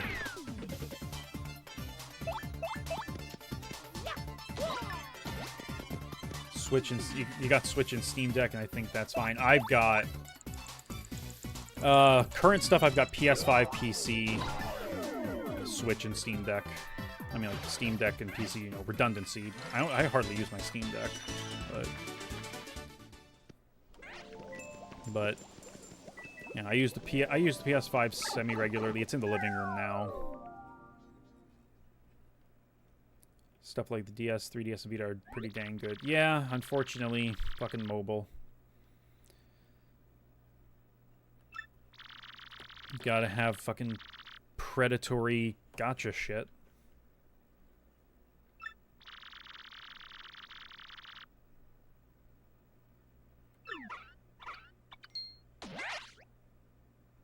Hey, it's Mouse. Micey Mouse and Vlad. That's his name, right?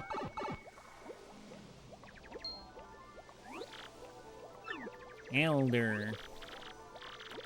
That's an old rat. Or insect, I don't know. I don't know what they are.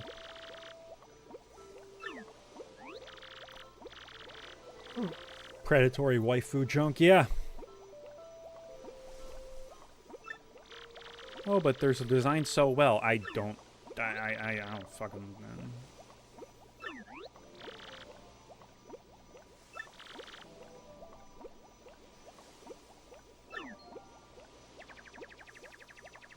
Oh, wow, holy shit.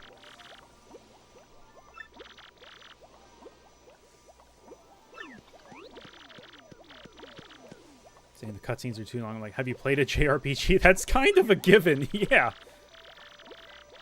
And honestly, like, compared to like Metal Gear Solid, like, it's nothing. Like, the ending of Metal Gear Solid 4 is like, it's like 80 minutes of cutscenes, isn't it? Like, you get a feature film for finishing the game. KH2 isn't even the worst of it with long cutscenes in JRPGs. It's not the worst of it in Kingdom Hearts. Got space in my backlog to tackle the series. Your vids are well done. That's fair. I mean, Kingdom Hearts, the games themselves are very breezy to play, honestly. They're not that long. Hey, I can go inside. Hello. Hello, friends. How you doing? I don't understand why the 3DS is so expensive these days. In regards to Trigger, also, so far I think it's just alright. Just got Robo, and I'm like, it's okay, but the characters aren't doing much. Yeah, the characters aren't really that interesting. I like Robo, Frog, and Magus. And that's kind of it. The music is great, though, yeah. Matsuno cooked with the music.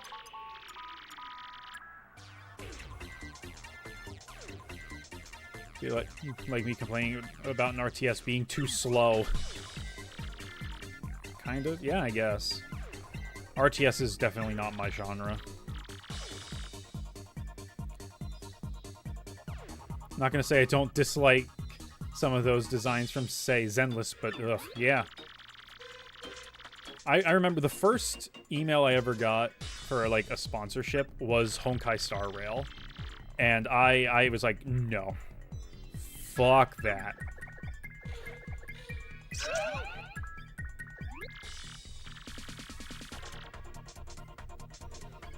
Heard from Chrono Cross soundtrack is there is even better, especially the opening track to Chrono Cross is fucking incredible. The battle theme is like though is like is like an oral panic attack.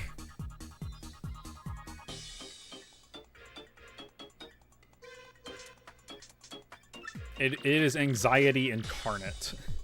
And not in a good way. 3DS is expensive because it got tons of exclusives that had never been ported, and the ease of which you can mod it makes it even more valuable. Yeah, but it's just the fact that, like, over the last, like, 6 months or year or so, like, the price of the 3DS just, like, skyrocketed, specifically. So, like, it's not that, it's more... It's its time in the nostalgia cycle. That's what it is. 3DS is 15 years old. So...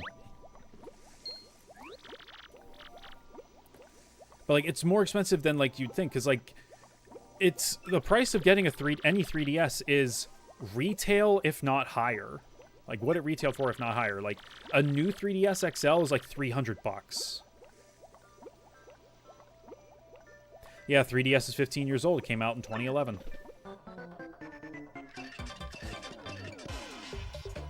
I got mine in 2012.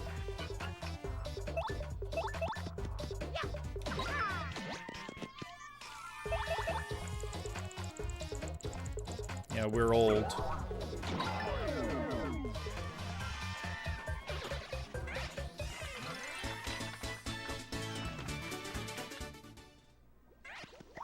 Key.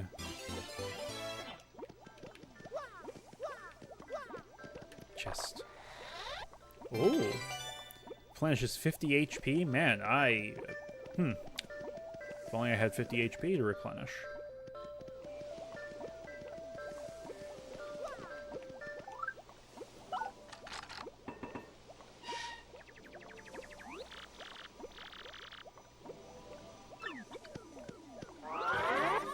Foolish child!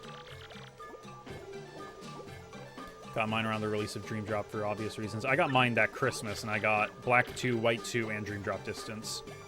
That was my first year I had 2 Christmases because my parents divorced.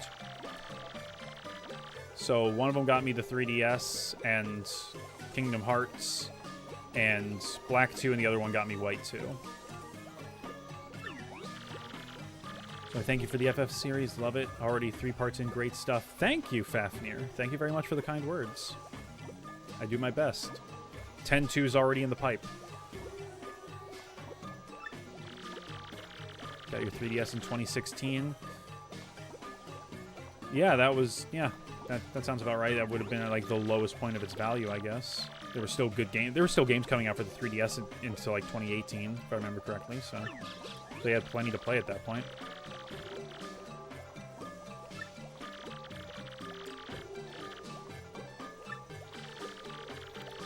I'll never forget not being able to buy one. God, having adult money is awesome. Having adult money is awesome. It's a blessing and a curse. Because it's like, yeah, I can, like, treat myself. I can treat my inner 9-year-old, and then you realize, oh, I have bills to pay. It's not all it's cracked up to be. Dropped off mainline Pokemon after Black. Got sick of the same game over and over again. I still enjoy it. After Gen 5 is when it started getting less interesting.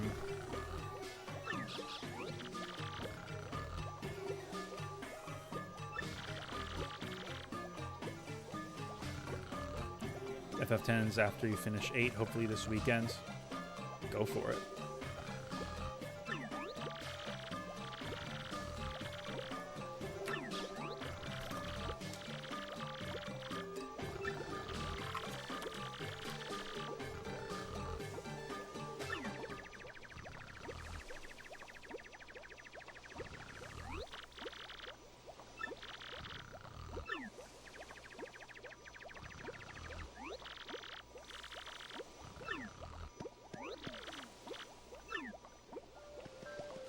Alright, now I gotta figure out where to find this blue key.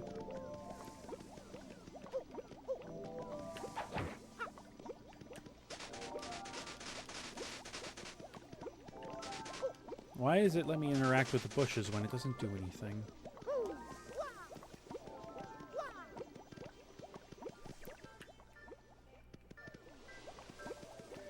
What a pixel.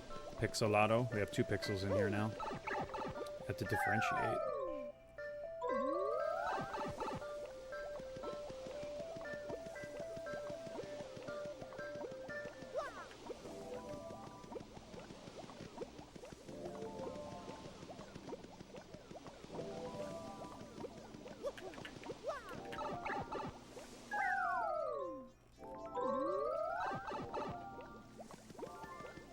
Something goes there, and I do not have it.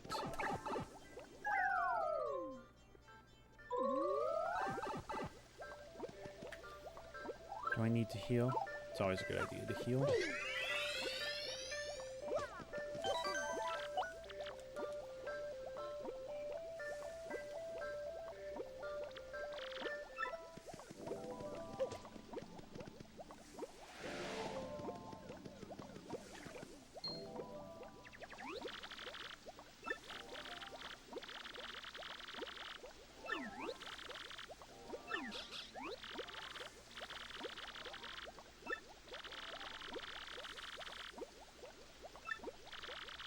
You all need to make a franchise out of one game. Looking at you, 7, 12, 10, 13, 15.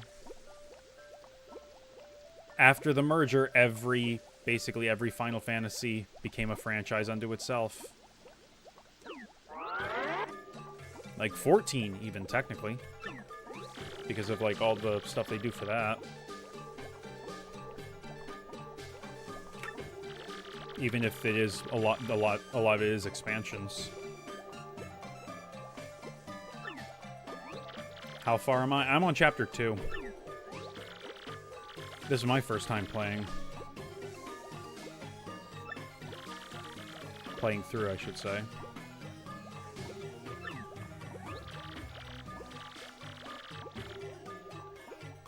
He's only world famous.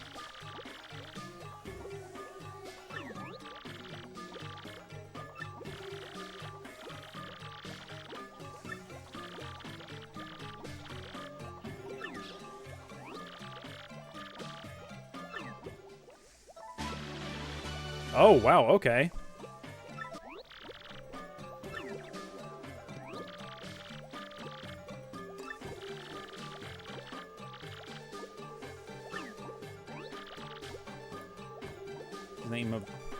Is the name of your MLPOC? Because games and Grip because my tendency to obsess over things. Gotcha. There's a band named Pixel Griff, and I got the name on Twitter before they did. They even DM'd me asking to change it, and they pay me for it. I declined because the name is important to me for multiple reasons. Man, you could have got that bag, though. Nah. It is what it is. I never want an FF8 franchise, much as I love it. All was said and done. Yeah, I agree. I don't think an FF8, like, sub-series would have been great. Another great use of adult money. Thank you, David.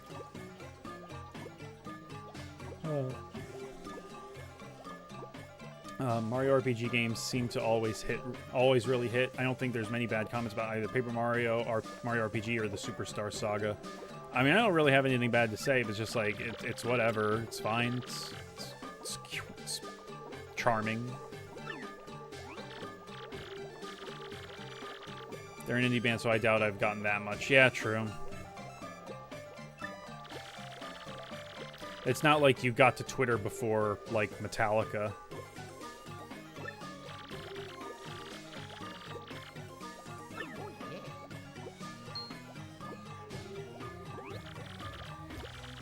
And imagine getting on to Twitter before Metallica and just creating multiple accounts to claim, like, all possible handles, like Metallica, official Metallica, Metallica official, the real Metallica.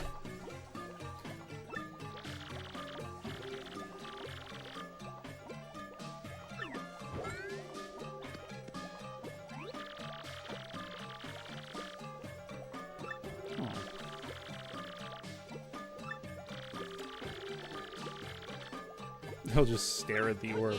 They will ponder the orb.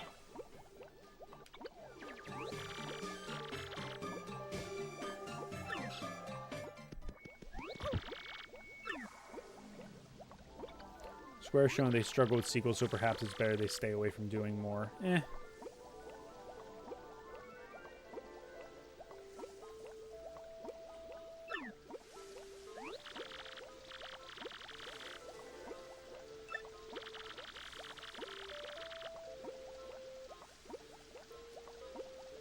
Discussion of the opening credits scene of Cross. Maybe go listen to it on loop like 5 times. It's so good.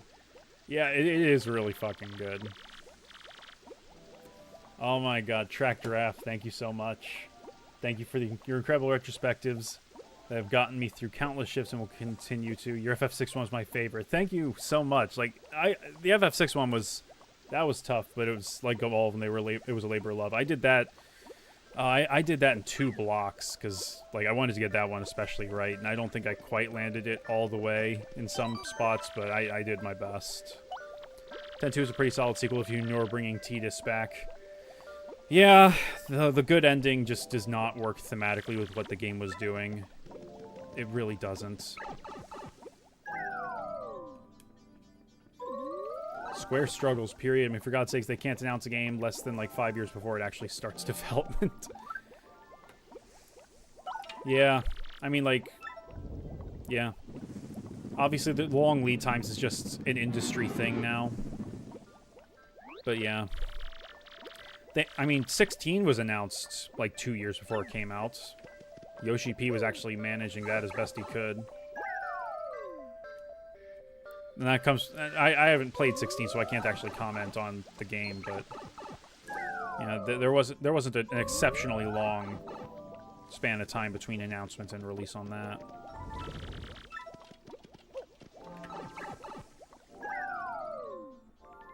Do you think 10.3 is ever going to happen? I know they started development of it, but after reading 10.2.5, I'm not sure it's happening at this point. They haven't started developing it.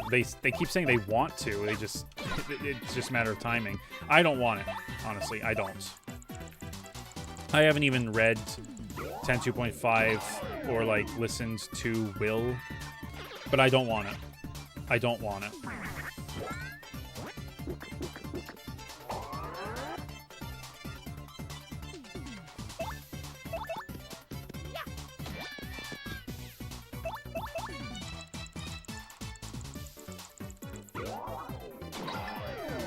16 is great if you ignore all the boring fetch quests. I'll take your word for it. I'm not going to get to it for a long time. Oh god, that's 5 fucking damage, Jesus. Love that your FF6 video actually talks about Kefka and not just goes, he's great because he's evil and rules the world and kills real baby stuff, mentality stuff. Yeah, that's pretty much all I ever hear people say when they go on about why they love Kefka so much. And it's like, no, let me actually interrogate this. Like, what makes him interesting? And it's not who he is, it's what he represents. It's the ideology that he embodies. That's what makes that's what's great about him.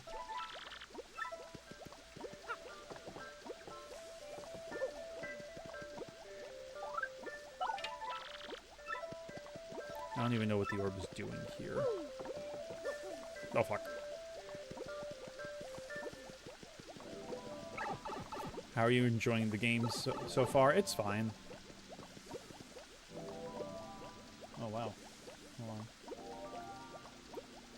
Learn a few. That was one of Square's best-selling FF games. Yeah, it's right up there with 7, surprisingly. I wish I could unlisten to Will. It nearly ruined the games for me. I'll get there. I'm not a fan of the 10-2 story. Would prefer the Broska and Jack Pilgrimage prequel, if anything. I mean, we already got... That story was already told, so I don't think it would have been that interesting, honestly. Can't say I hate or love 10-2. It's pretty meh for me, but I can see why people hate on it. I kind of can too, but I can't hate it. I think that what it is it's fine. Genuinely hilarious in how bad it is. I don't think a book has ever made me laugh at how garbage the writing is. I hate to say it, but none of the FF books are good. The 15 one is also quite bad. I'll get to the 15 one when I get to it. Broska, Jacked Orange Pilgrimage would have been a bang of a game. I mean, we already got that story, though, so it's not really anything that I personally would have... I don't think it would have been that great. Because it's just like we're just retreading ground we've already tread.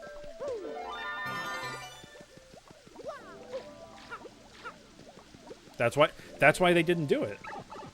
Is because, like, we already did this story. Why would we do it again? Okay, what is the purpose of this putting the orb in here? Like, nothing's happening.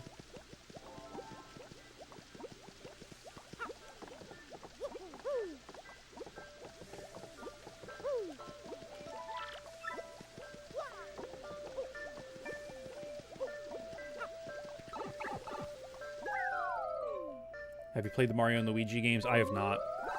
I'm not really a Mario guy.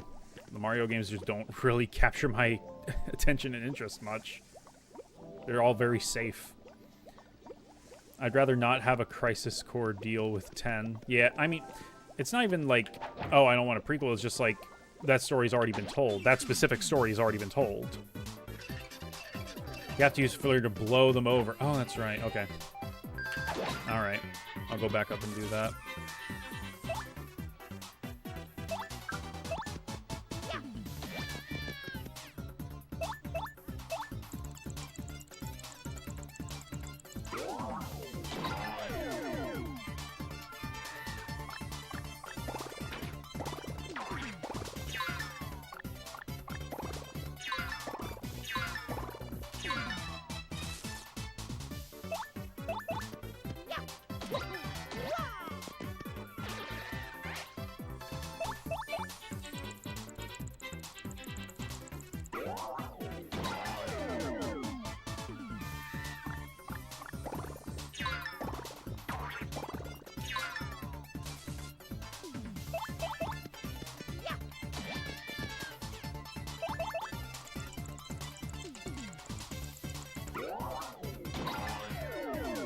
It's the hardest FF game I've completed. Hardest? I mean, none of them have really been hard. So... I honestly don't know. Like, maybe 2, because that's the one I struggled the most with at the end, but... even then...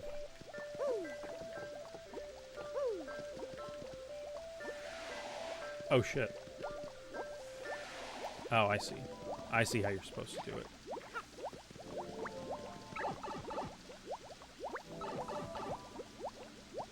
Come here, children.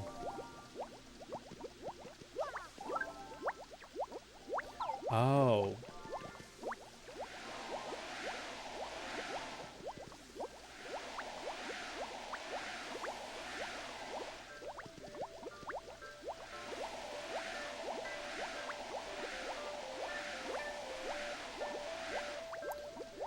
And some of them just won't be affected. Cool. Just having a game with Zack as elite already feels like it's missing the point. Yeah, I agree. So I don't know how I'm going to feel about Crisis Core when I get to that. Alright, just stay there, friends.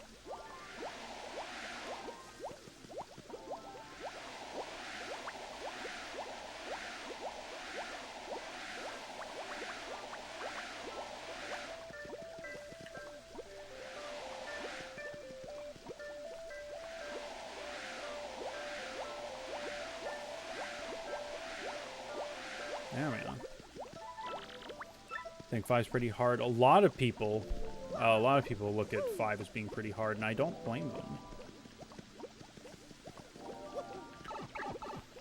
Found 8 kind of hard. Yeah, 8 you can really fuck yourself over with. I mean, like even in like the one scene he got in FF7, like in the back of the truck, Zack was pretty likable. So.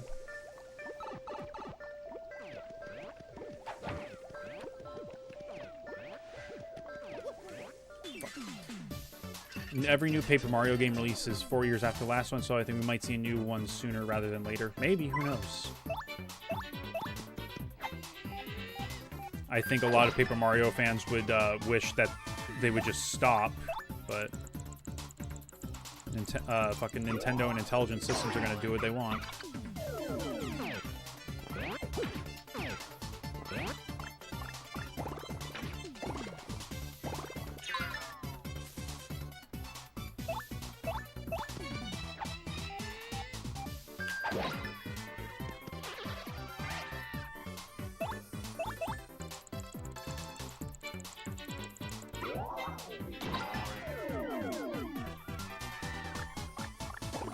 I mean, I've heard a lot of people really love Crisis Core, but like just looking at like the fucking like roulette wheel thing, I'm just like, I don't know, man.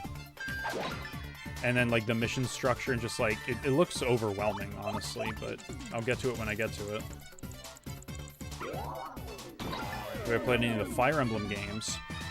I played a little bit of Awakening, most of Fate's Birthright, and I've done 2 of the paths in 3 houses. I like them.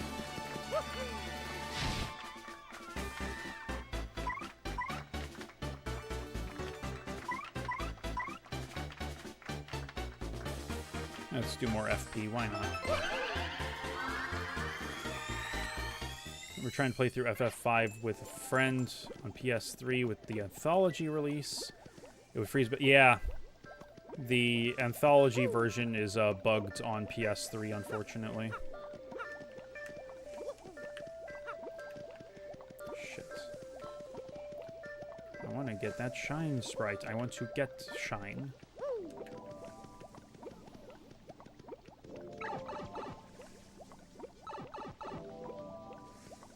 No, I just came from here.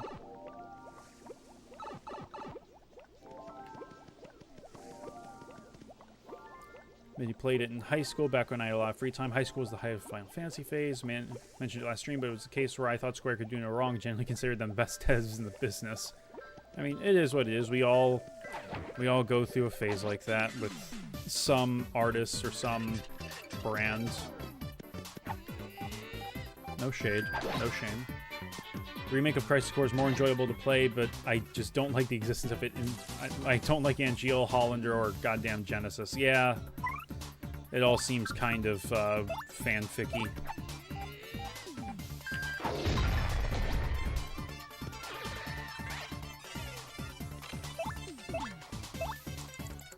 Crisis Core and Surge Derberus might be stream-worthy games, honestly.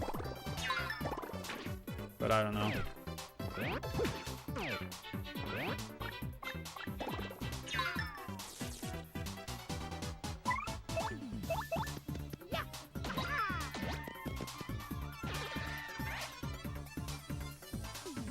Seeing the trailer for Fire Emblem Fortune's Weave. I know there was a trailer. At least I think I know there was a trailer. It's a Switch 2 game, so I was just like, don't have a Switch 2, don't know when I'll get one, not looking at it. Didn't it have like a Roman Coliseum vibe or something?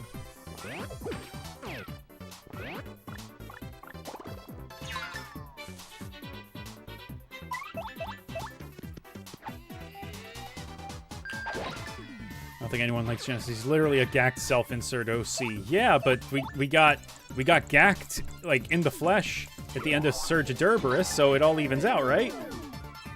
Right? V from Devil May Cry 5 is Genesis done right. I'll take your word for it. I've never played Devil May Cry.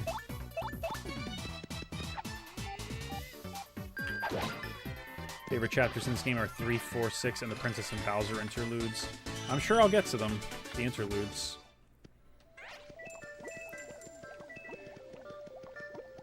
Gack's music is cool.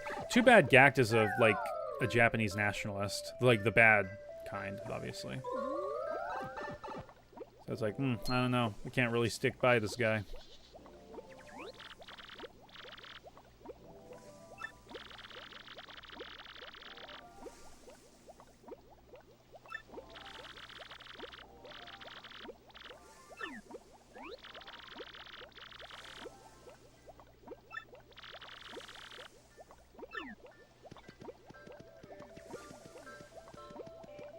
Let me go down here real fast.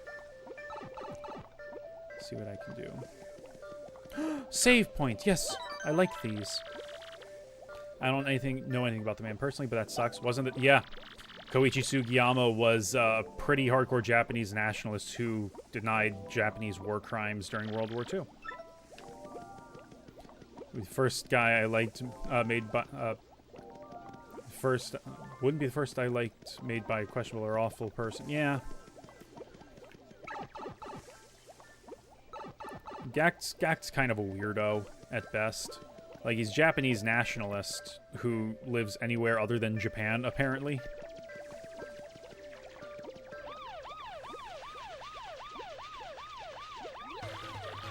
It's the Jabbies.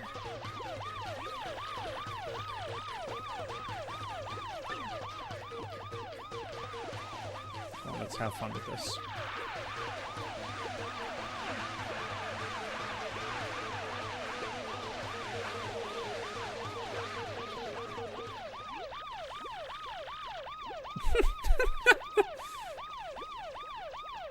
Do you think we might see the third game of FF7 Remake next year? We might. Who knows? It would make sense. It's the 30th anniversary next year. Love Rurouni Kenshin despite it being made by a horrible person. I mean, there's definitely a gradient. FF7 refund.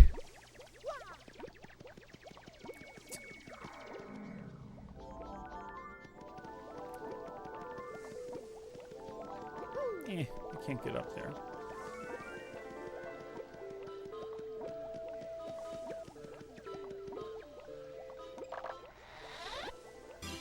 The blue key!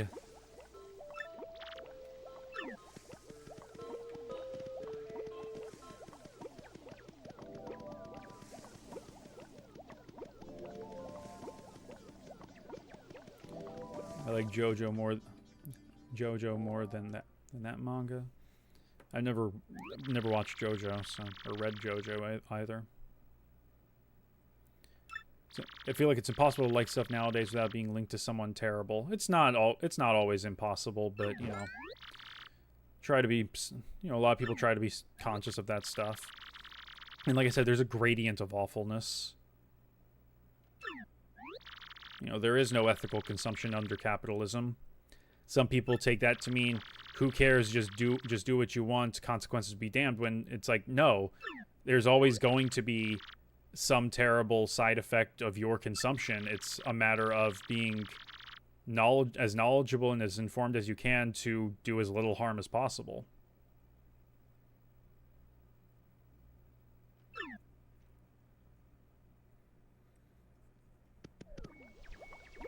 I still haven't finished Rebirth. I don't know when I will. I'm on the penultimate chapter, going to the City of the Ancients. I'm just like, man, I'm just so tired of this.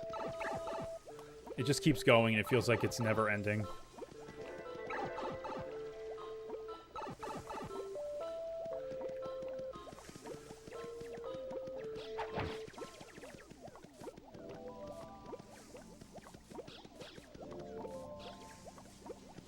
Boys, what are you doing?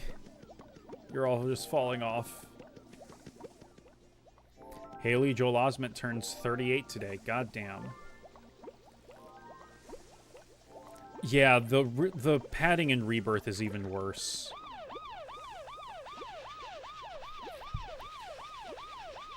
It's hard to look at iCarly's Same after knowing what I know about Jeanette McCurdy. Yeah, I read her book too. All but the last chapter. It got hard. It got pretty hard to read. Toward the end of the chapter before that in Rebirth, fighting two people in an arena, if you know.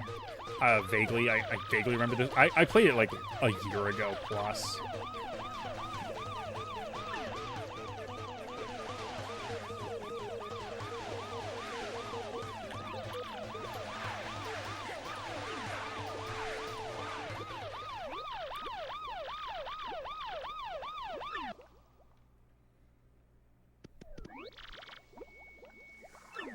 Alright, I see what we're doing here.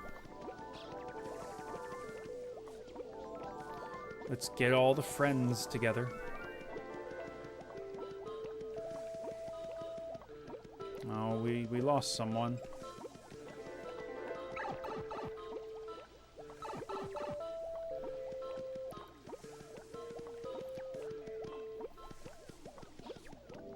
Alright, we got everyone.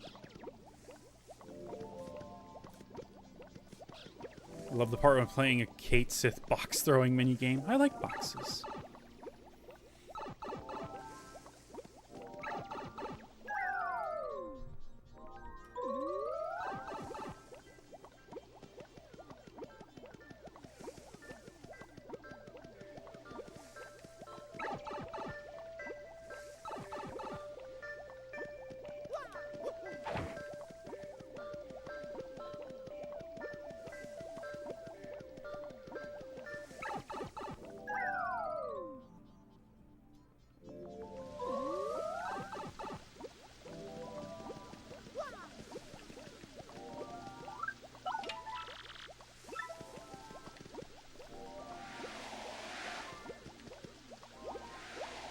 I never watched Smiling Friends. Like, I vaguely knew about it. Then they had Doug Walker on it, and I'm just like, nope, no, thank you. I don't want to associate.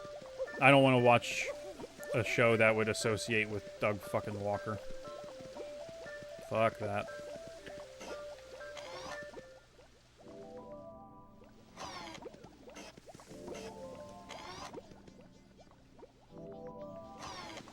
Oh, that's right. I gotta get the orb. They keep pondering the orb. Let's go, buds.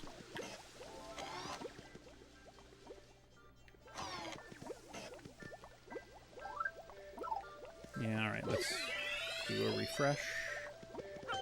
And a save.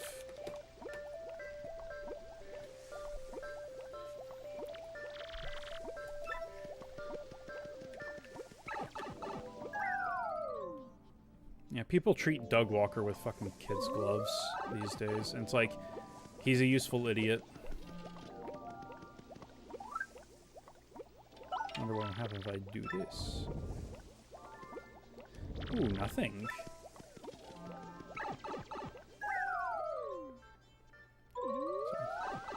Thanks for stopping in, Pixel.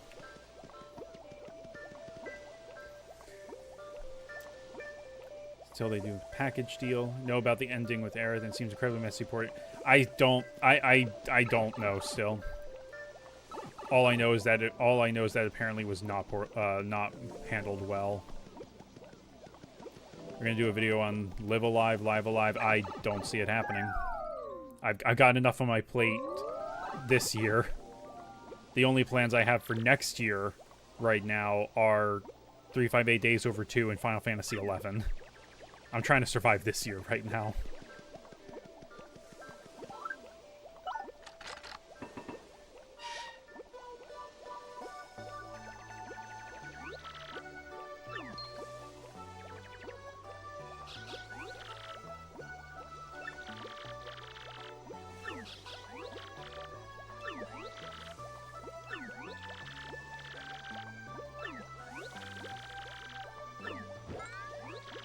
Mushroom.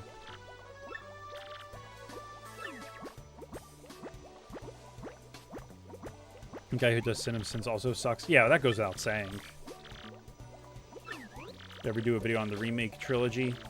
I know I'm going to have to do it at some point, but not anytime soon.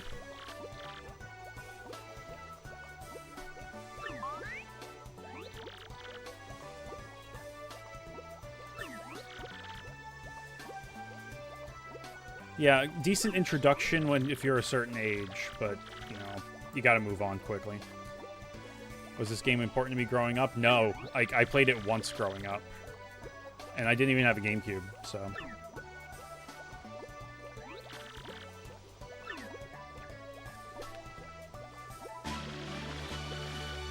101 punies. Come on, gang! We're gonna fuck up some jabbies.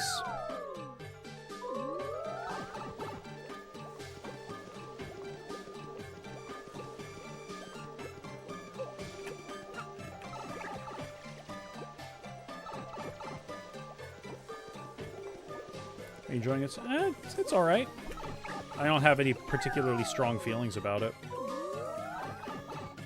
No, they didn't all come in. Damn it.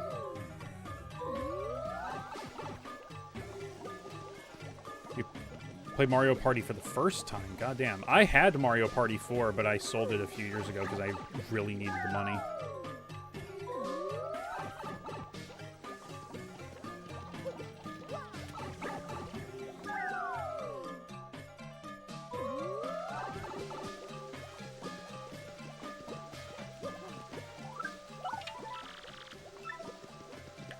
Alright.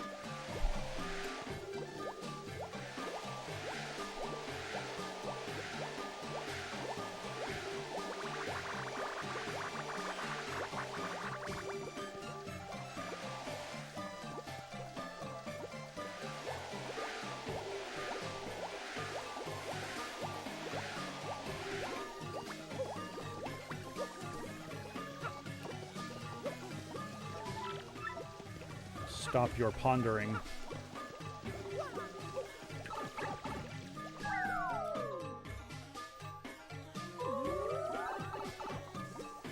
Friend and I played Mario Party on New Year's Eve drunk. That's how you do it.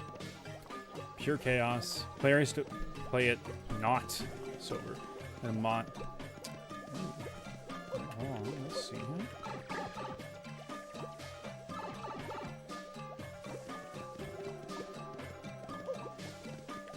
Eat shit, go fuck yourselves. God damn. How crude.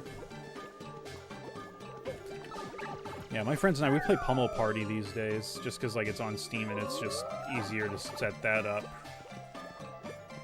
It's a good time it's had by all. Alright. Alright, everyone. Slow and steady. What did I say? What did I say? What? Ugh. You fucking morons.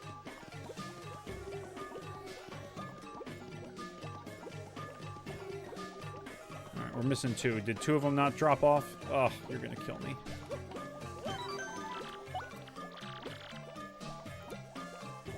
Never mentioned 50-round game. Why is that an option? Oh god, yeah, that's torture. You have to kill the spiders or they run off. Oh, okay. It's not incompetence, it's survival instincts. Waha!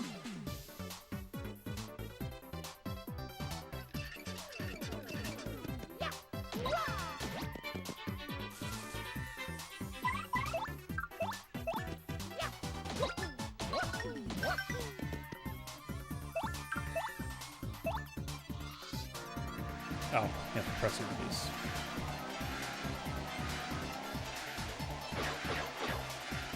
Damn it.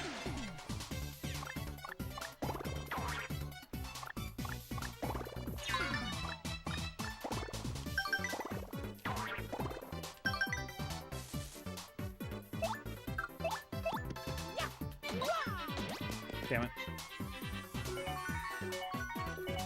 Surprised how lukewarm I felt. They were fine.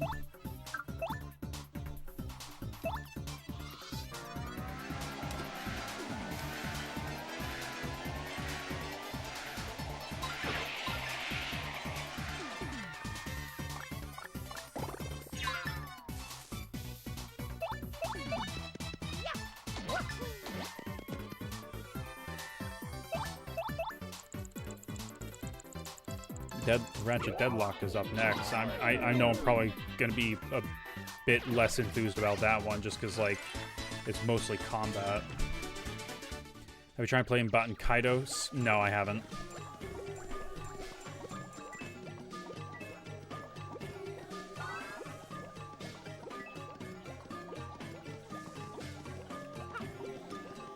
I know it got, like, a remaster or something recently, but...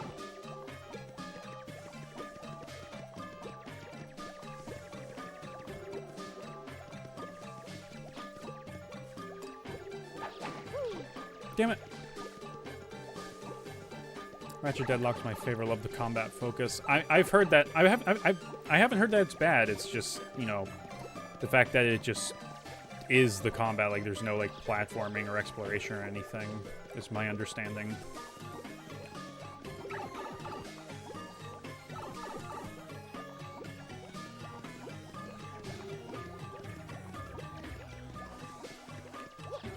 God damn it. I would love, like, some depth perception.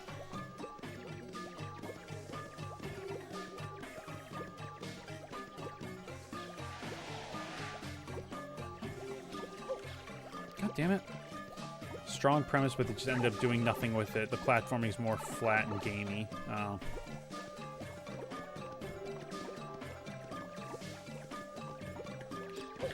There we go.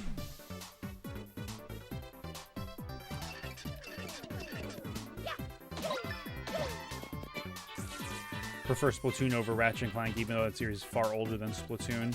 I mean, 2 very different kinds of games, because, like, Splatoon's multiplayer, and, like, Ratchet had multiplayer, but that wasn't, like, the focus.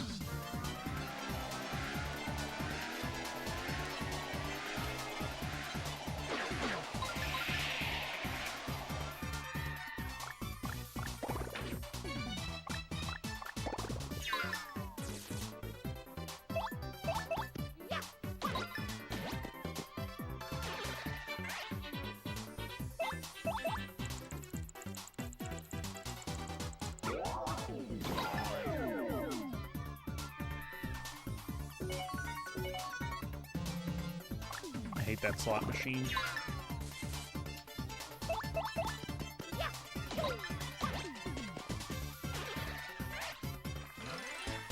I don't remember Splatoon having a single-player campaign. The first one. I thought it was just multiplayer. I mean, the main draw of Splatoon is the multiplayer.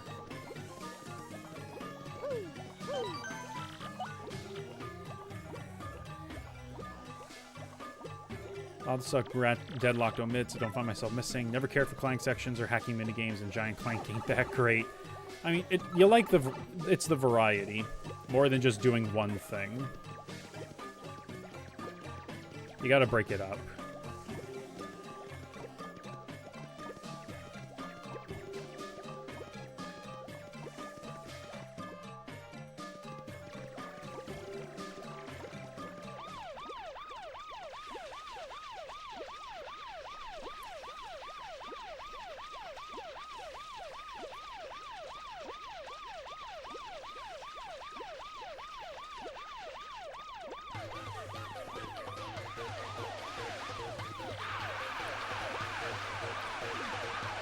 Yeah, the Clank sections, they weren't, they came and went relatively quickly. They were fun.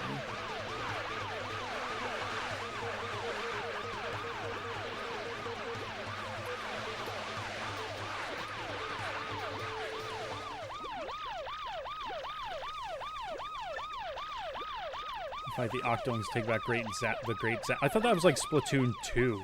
They added that as like a DLC.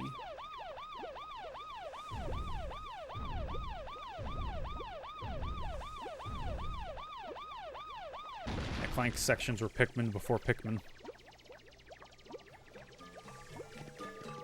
Alright, let's go.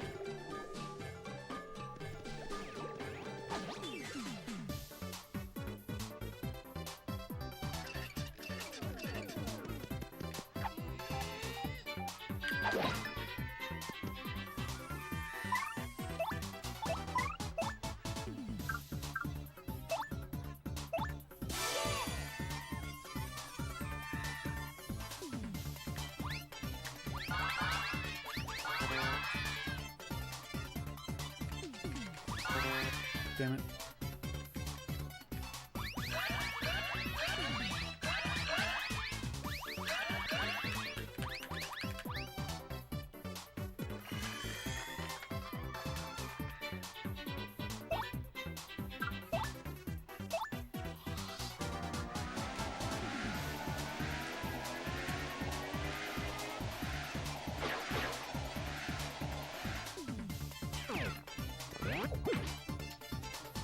Does the star actually, like, mean damage, or does it mean jack shit? Because I feel like her wind isn't actually, like, doing anything most of the time.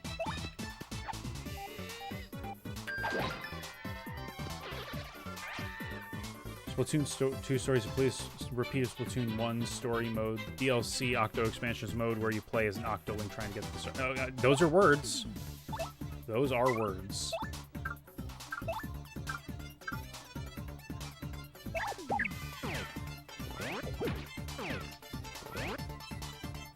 I didn't play much of Splatoon 2. Played like 3 hours of it.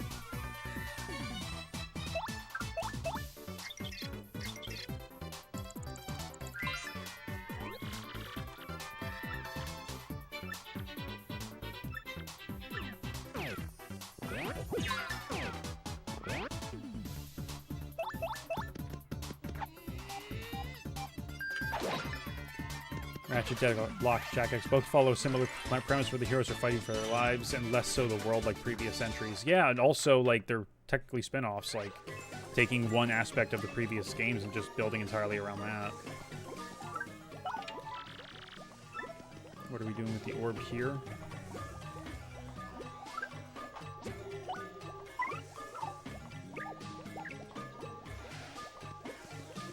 Are we doing anything with the orb here?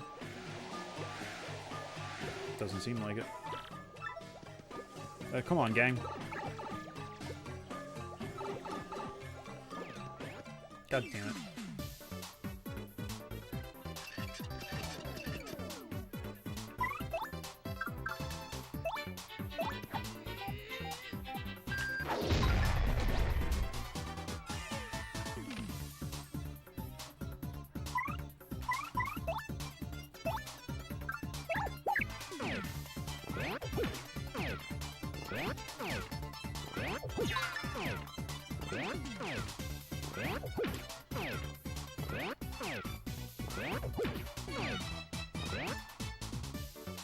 counters no worky.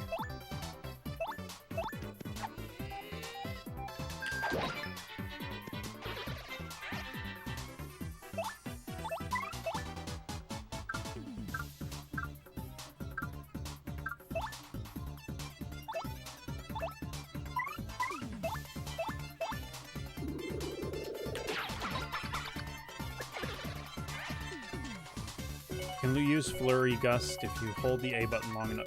Yeah, I was using it. I just don't know if like it was actually doing damage because it just showed a star. Deadlock goes edgier, which to be honest doesn't really feel like much of a shift. Yeah, it's whatever. I mean, like with Jack X's story, it feels like Jack kind of regresses a little bit to how he was in Jack 2, but at the same time, you can read that as like, hey, he's fighting for his life. Of course, he's going to be a bit more desperate about it.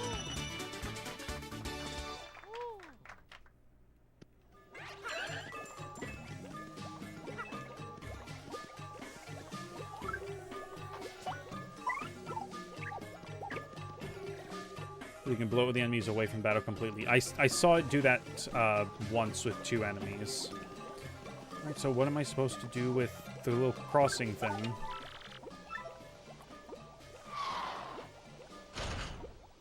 Alright. God damn it.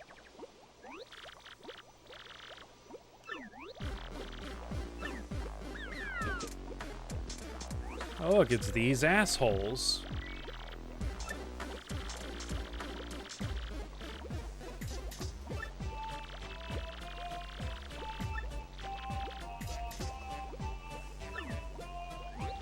Throw them away. You get less experience for them, though, if I remember right. It is what it is. You need a new item.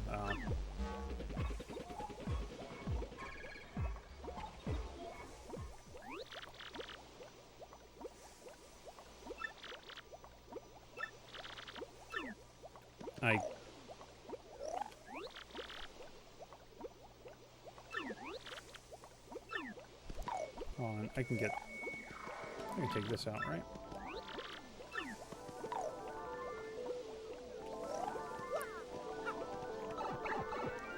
For the ground pound. Oh.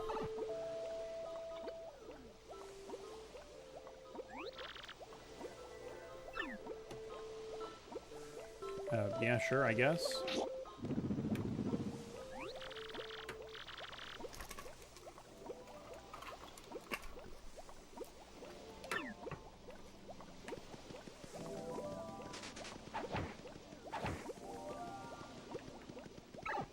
Going back up, I guess.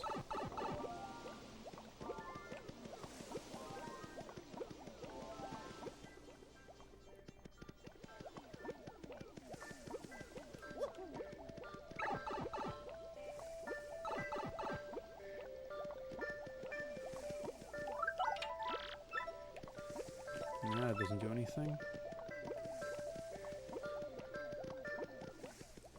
Didn't have much of an issue with scaling, though there is a 99 floor dungeon thing that you can do that requires you need to memorize the columns. Alright. But to what end? Like where go?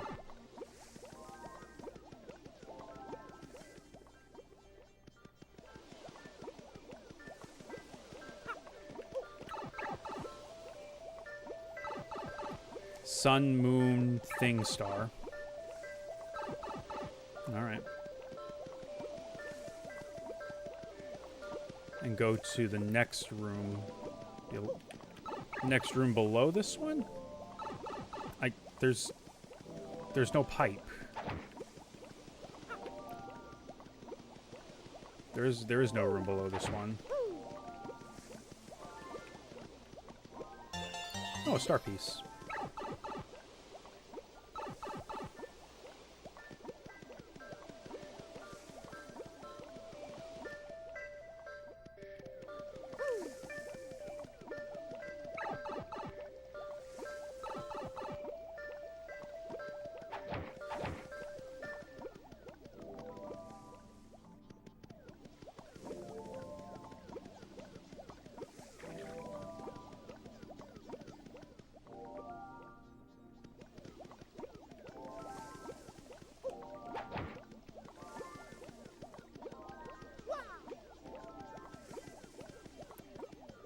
Save.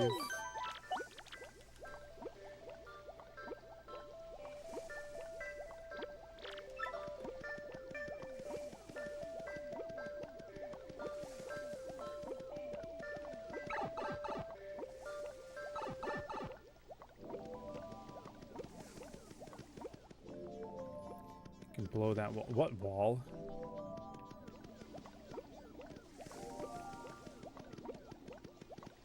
Maybe that save point something you need to blow with flurry.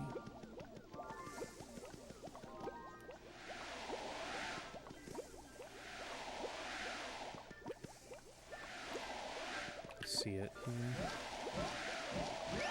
Oh, yeah. All right. Thank you. Healing. Oh, it's an item shop.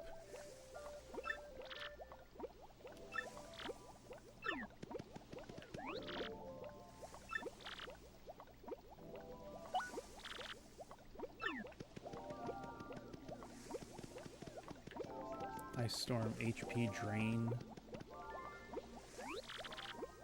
Sure, I'll take a mystery.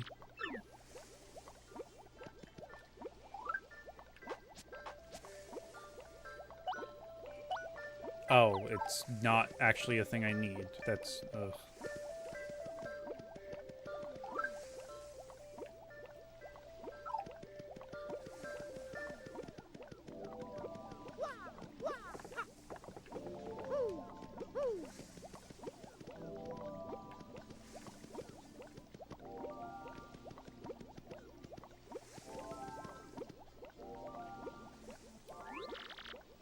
Sure. Take that. Why not? That room with the columns, you can blow the wall to unlock a hidden path. Oh, okay.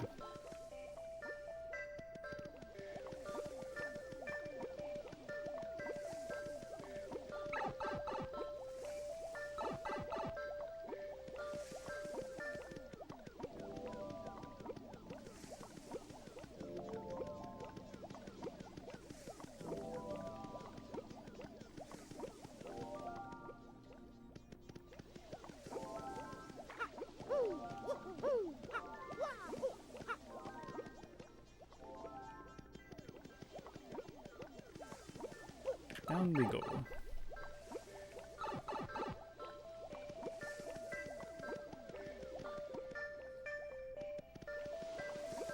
Hello there, children. Goodbye, children.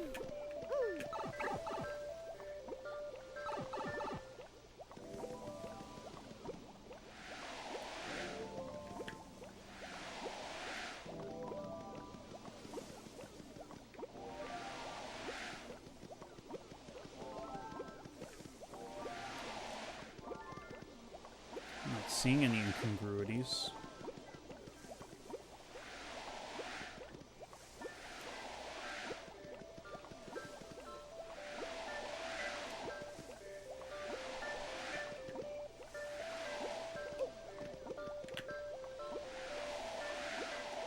Yeah, all these walls look fine.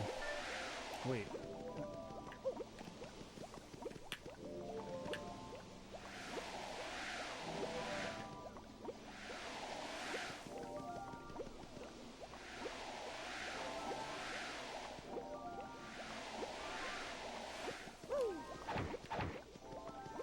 Yeah, I'm not finding anything.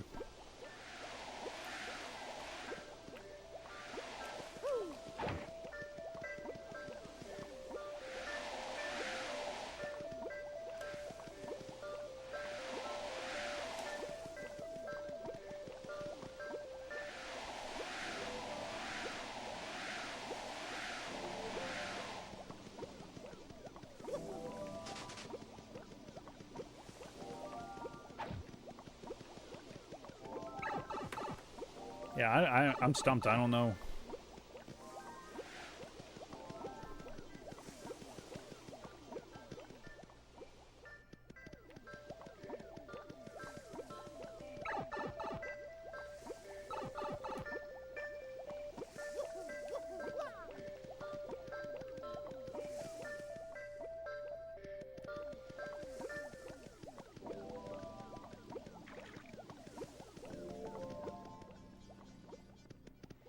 There's a room where you have to memorize the columns to unlock the item. I get that. I don't know where where that room would be.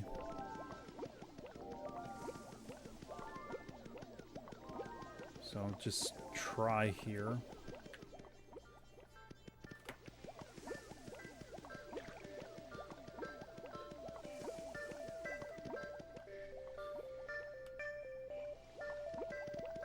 Oh, is this it? Yeah. Kind of. Like, it's a thing. Alright, so it was sun, moon. Oh, wait, no, okay, I see. I see what we're doing here.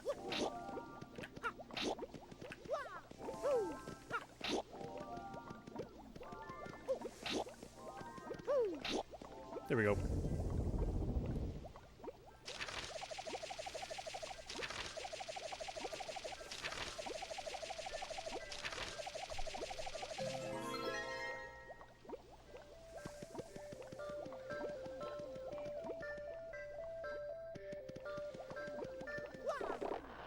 Gib thing.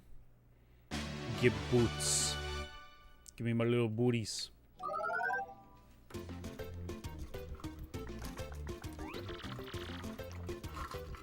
Hello, Toadette. Good. Yesterday, Guilty Gear Strive 2.0 came out. No, you're good. We'll do a spin jump.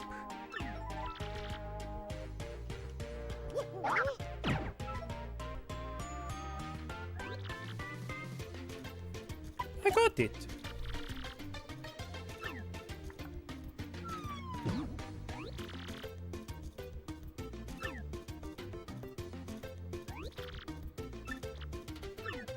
Thank you, Toadette. Now kindly fuck off. I understand the thing. Let's go. Woohoo! Oh.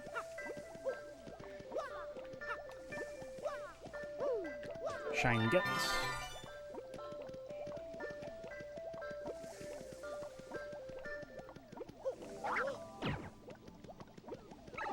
Also, this acts like a new attack. I figured.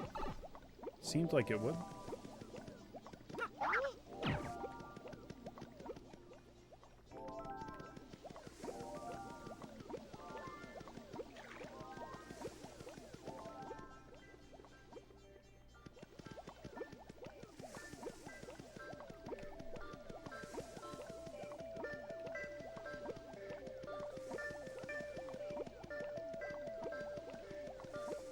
Oh, fuck. I didn't mean to do that.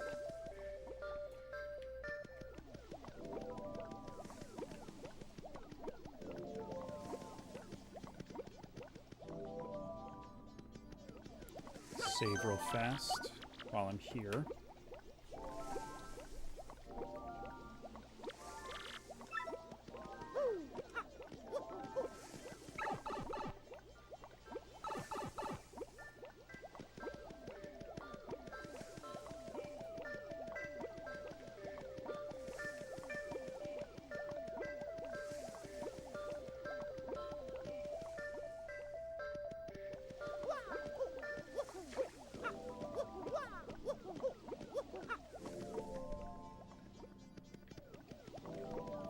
Waha! Ooh, where are we going? Where are we going here?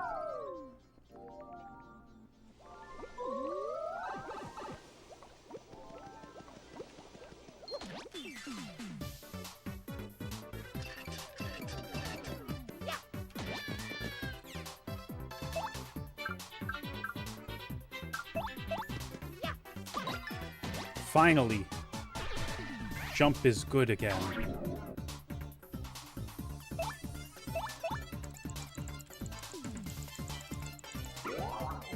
Don't know if this is biased, but I think that the GameCube had a better library of games than the Wii, though the Wii had some bangers. The Wii's library is brought down by all the shovelware. And the gimmicks.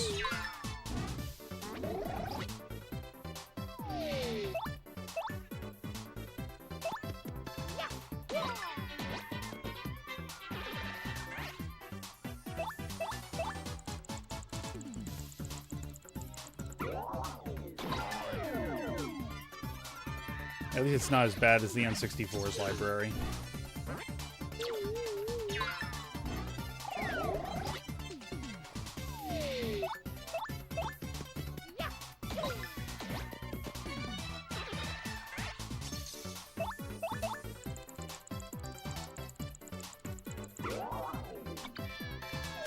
Bad may not be the right word. I think malnourished.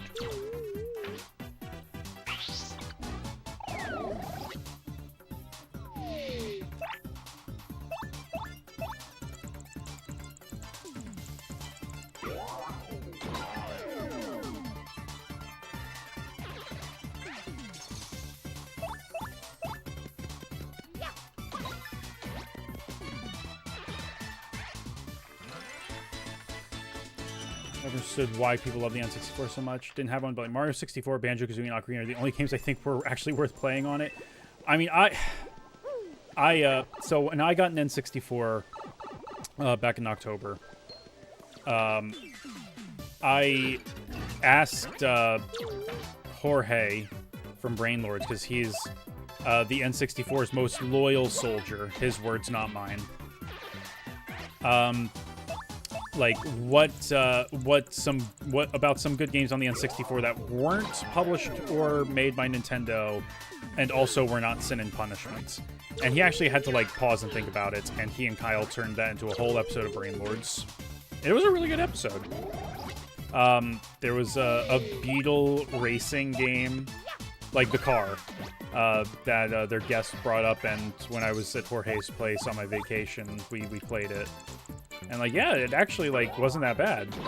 It kind of gave me some motion sickness because of how inconsistent the frame rate was, but it wasn't bad.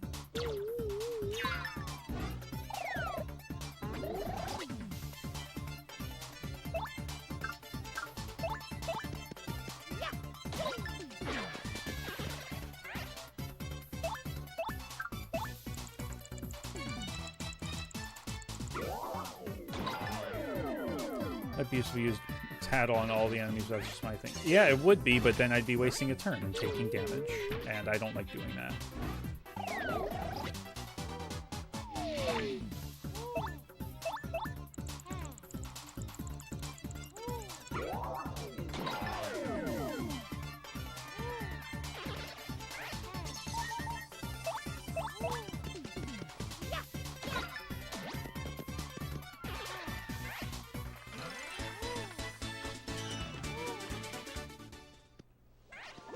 Give coins.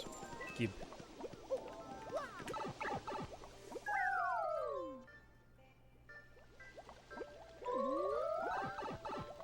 That is water. I do not like water because I am made of paper.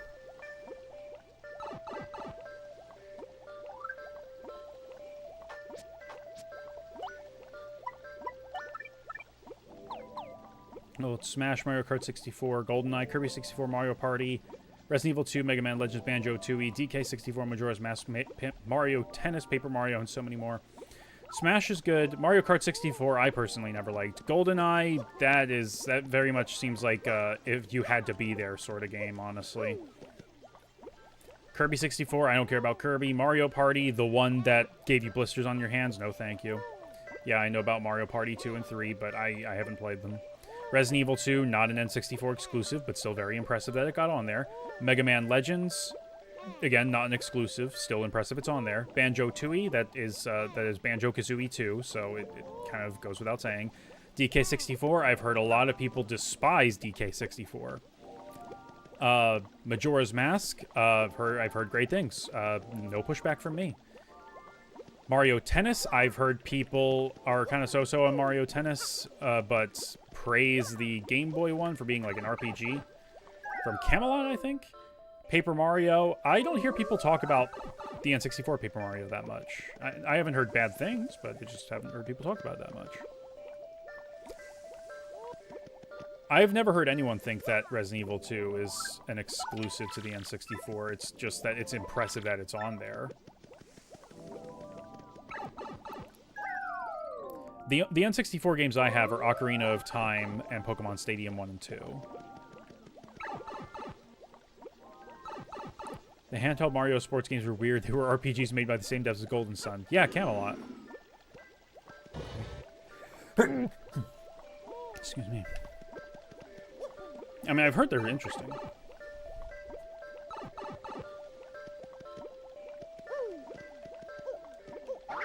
Wait, okay, that doesn't do anything.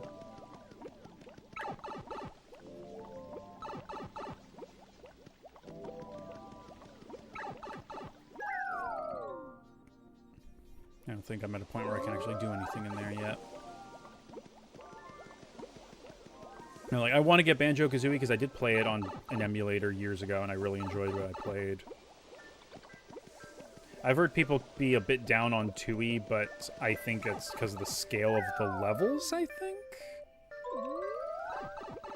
Thankfully, Banjo-Kazooie is not a terribly expensive game, but it's like the highest I've ever seen it go for is like maybe $40, which, you know, it is what it is. Let's go, children.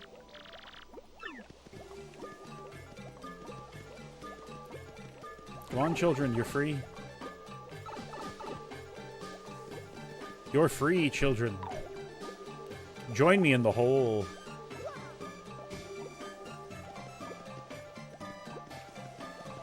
Oh god, these things are idiots. Children, in the hole, please. Oh wait, no. I see what I have to do.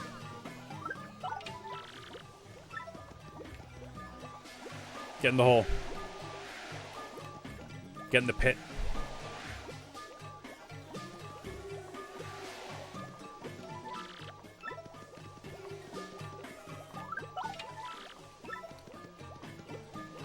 Get into the pit. No, I said get in the pit, damn it! They don't want to get in the pit.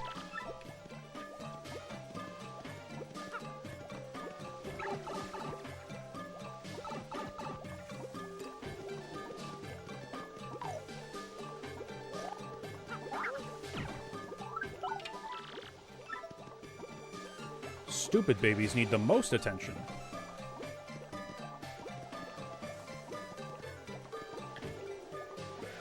There we go.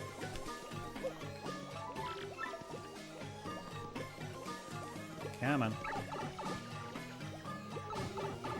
There, we got everyone now. Let's go, children. How's Thousand Year Door? It's fine. About Diddy Kong Racing. I don't know, it's a racing game, I guess. Conker's bad for a day. It's fine. I think people kind of overhyped that one because of the novelty. Star Wars Rogue Squadron, no comment. F-Zero X, no comment. Star Fox 64, no comment. Pokemon Snap, it's okay. Doom 64, no comment. Mario Golf, no comment.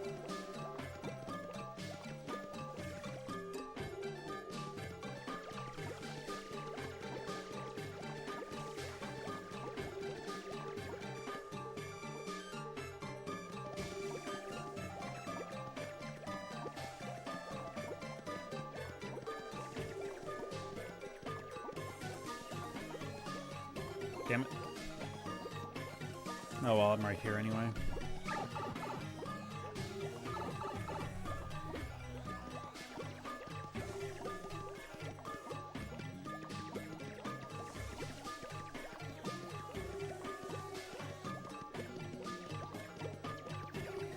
But also, like, one of the big issues that a lot of people have with the N64 is that, like, the heavy hitters are basically all first party. So whenever people talk about the N64, it's usually the same handful of games. Usually, not always.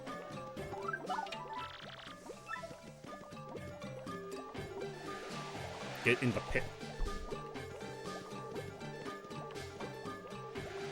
In the pit. In the pit. Come along, children.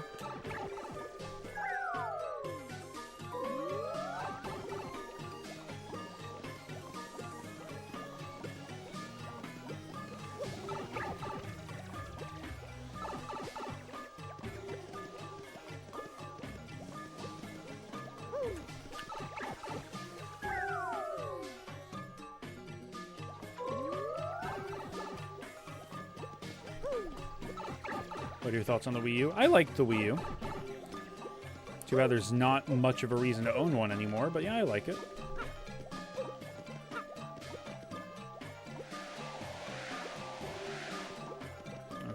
Okay.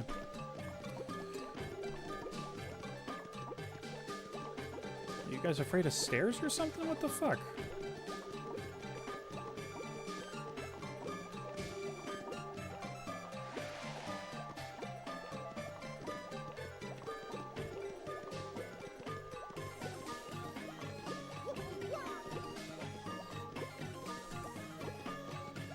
Did I miss some of you?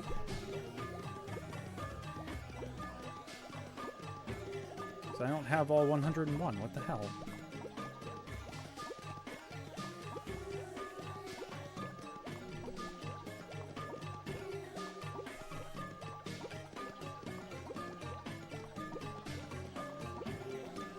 I think we ground the platforms. I tried. It didn't do anything. Oh, shit.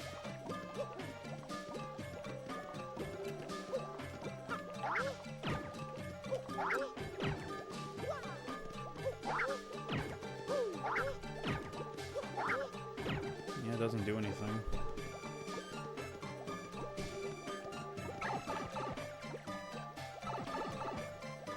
Oh, they got confused.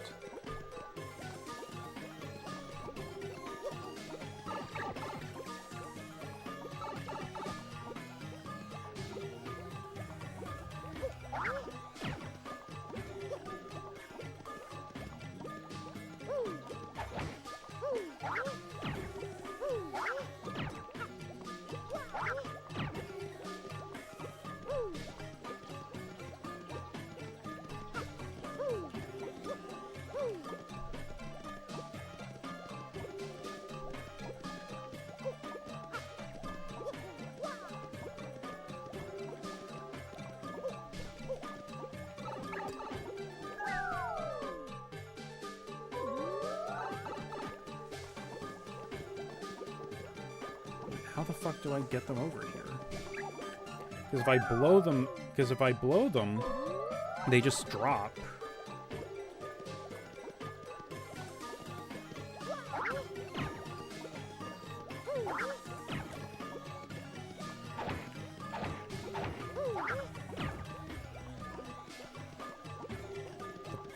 The block in that one room I was just in said like 101.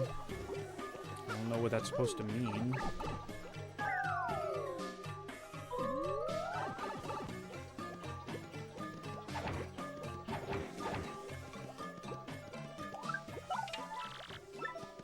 It's probably not going to do anything there. Oh, it probably just means I need 101 of them, which doesn't help me at all.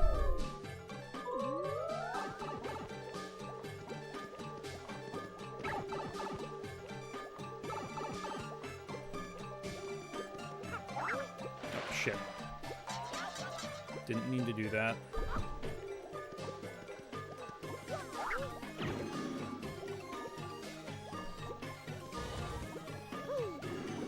Shit. Hold on.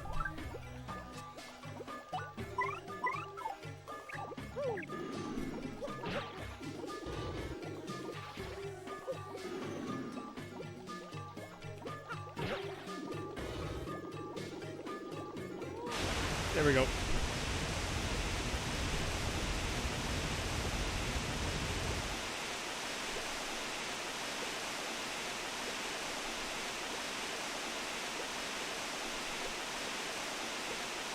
Ah, okay. The lily pads are how they're gonna get across. Being able to swap partners on the fly. That would be nice. There's no reason they couldn't have put that in this version either. These swimming in shine sprites. Yeah, I know I can't. I would have to wait for the thing to come up so I actually would know which swaps to what. And it's just like, no, I would rather just do the thing.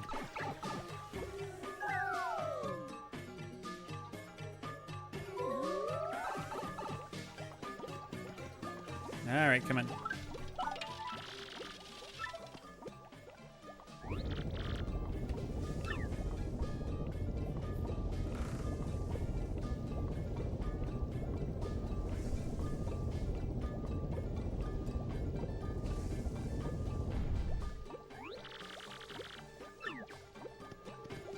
Oh, yes. Health and saving. Just what I wanted. We're probably at the boss at this point, aren't we?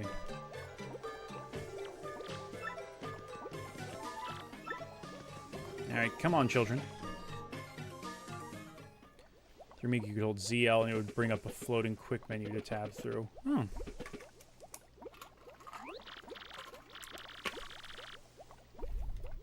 This next part's gonna be really intense, will it? Hold on 1 second here.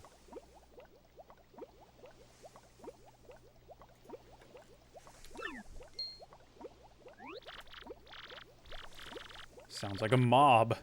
A mob, you say?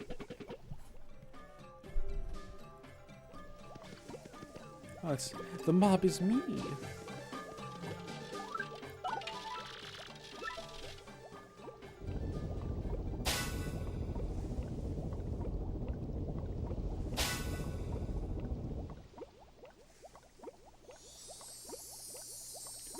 Is Star.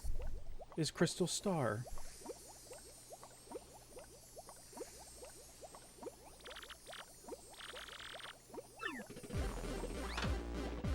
Oh, you asshole.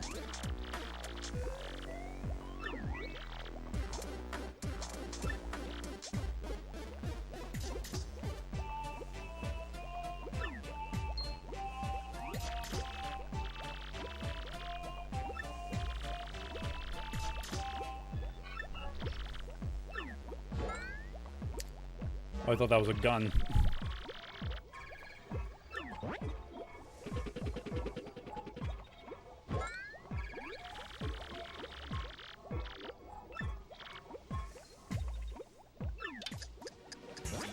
Five minutes, huh?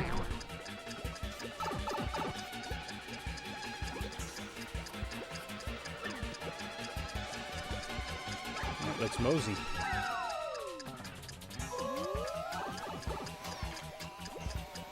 Okay, then.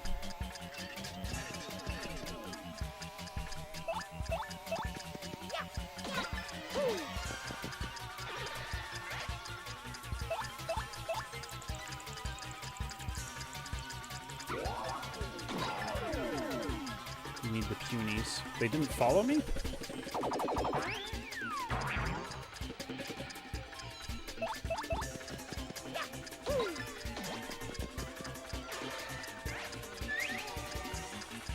Oh, I didn't take the thing out, that's why. Stupid fucking orb.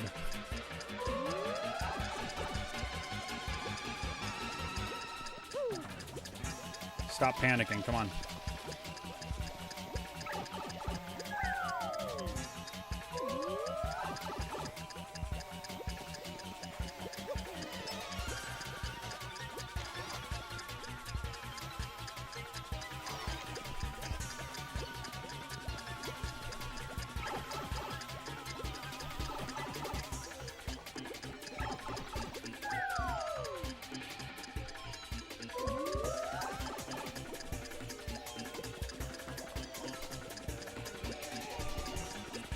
I mean, it took 5 minutes to blow up Namek.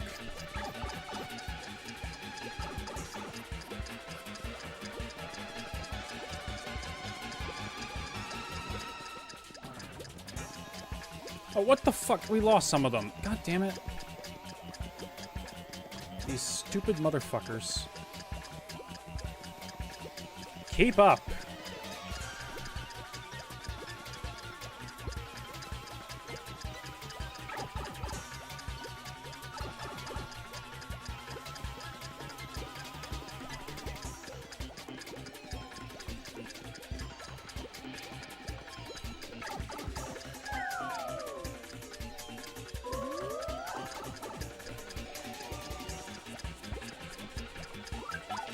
Oh, we're doing this. Great.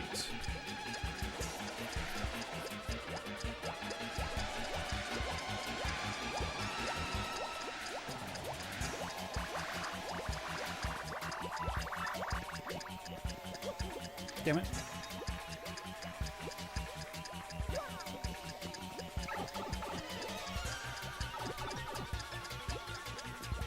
Coming.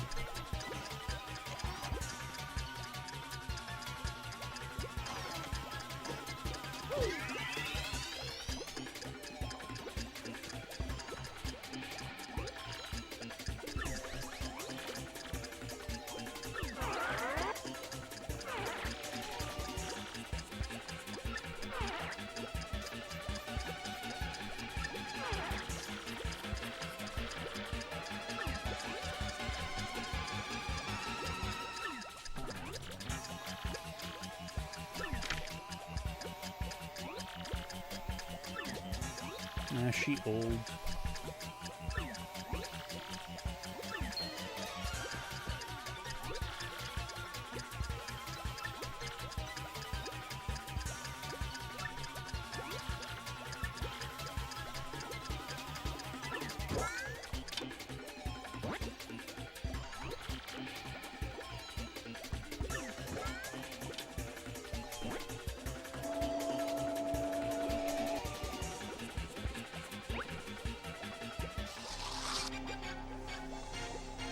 Oh, okay.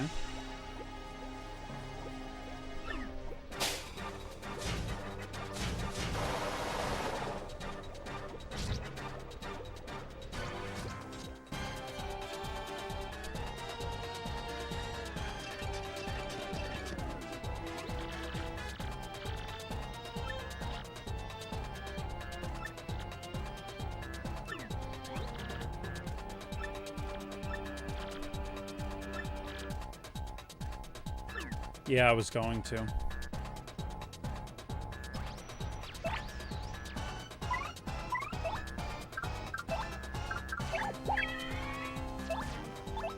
That's right.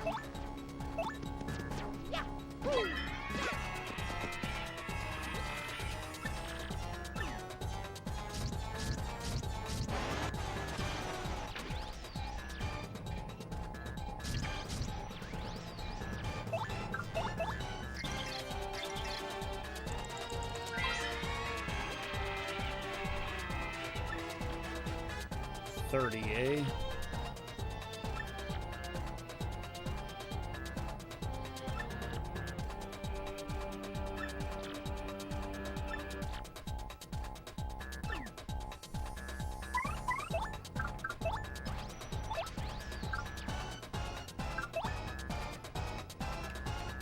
Okay, I can't target its fists. Coolio.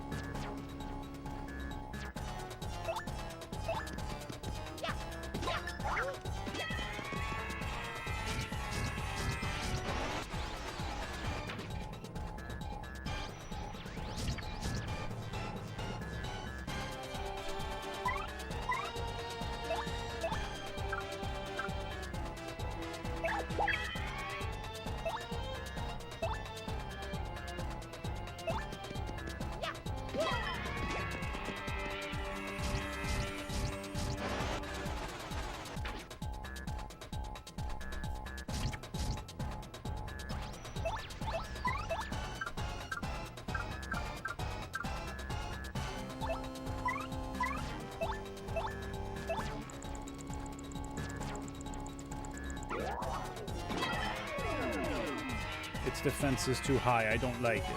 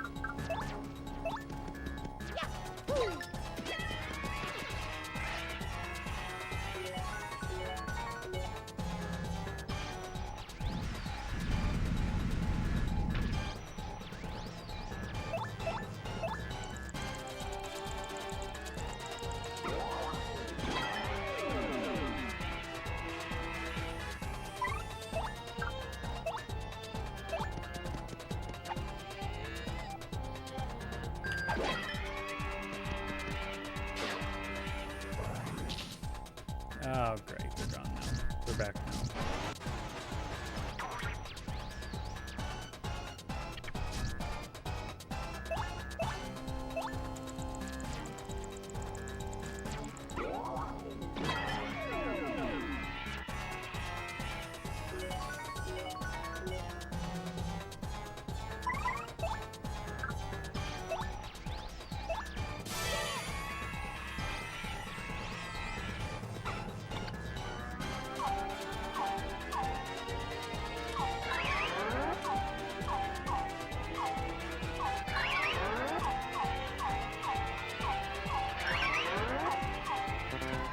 Damn it.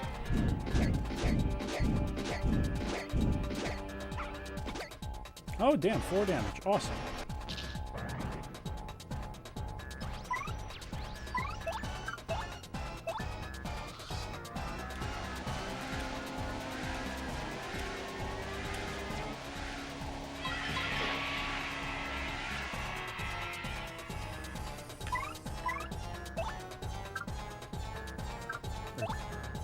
Yes.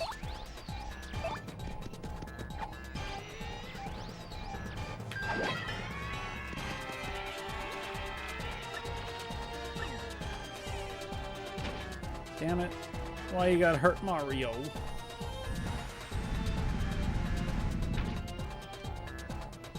Mario didn't do shit to you. He was just plumbing. Don't be mean to Mario. That's a hate crime, I'm sure.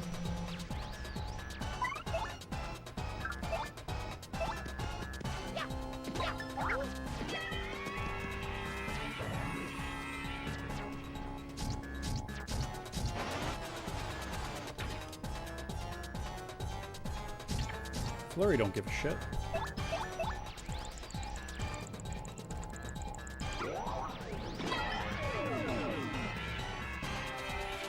Alright, Mario, finish it up.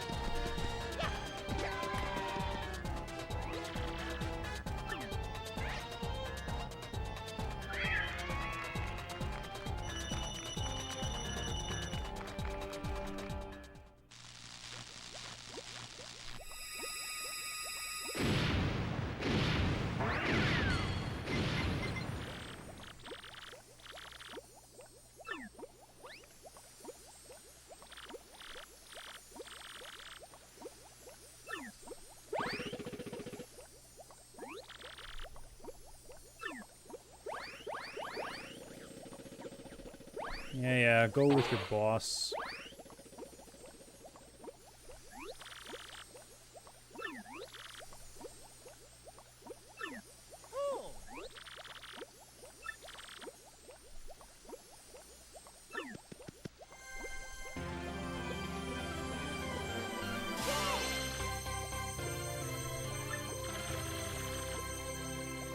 Clock out. Oh, that's a special move? I do that every day at the day job. I clock out.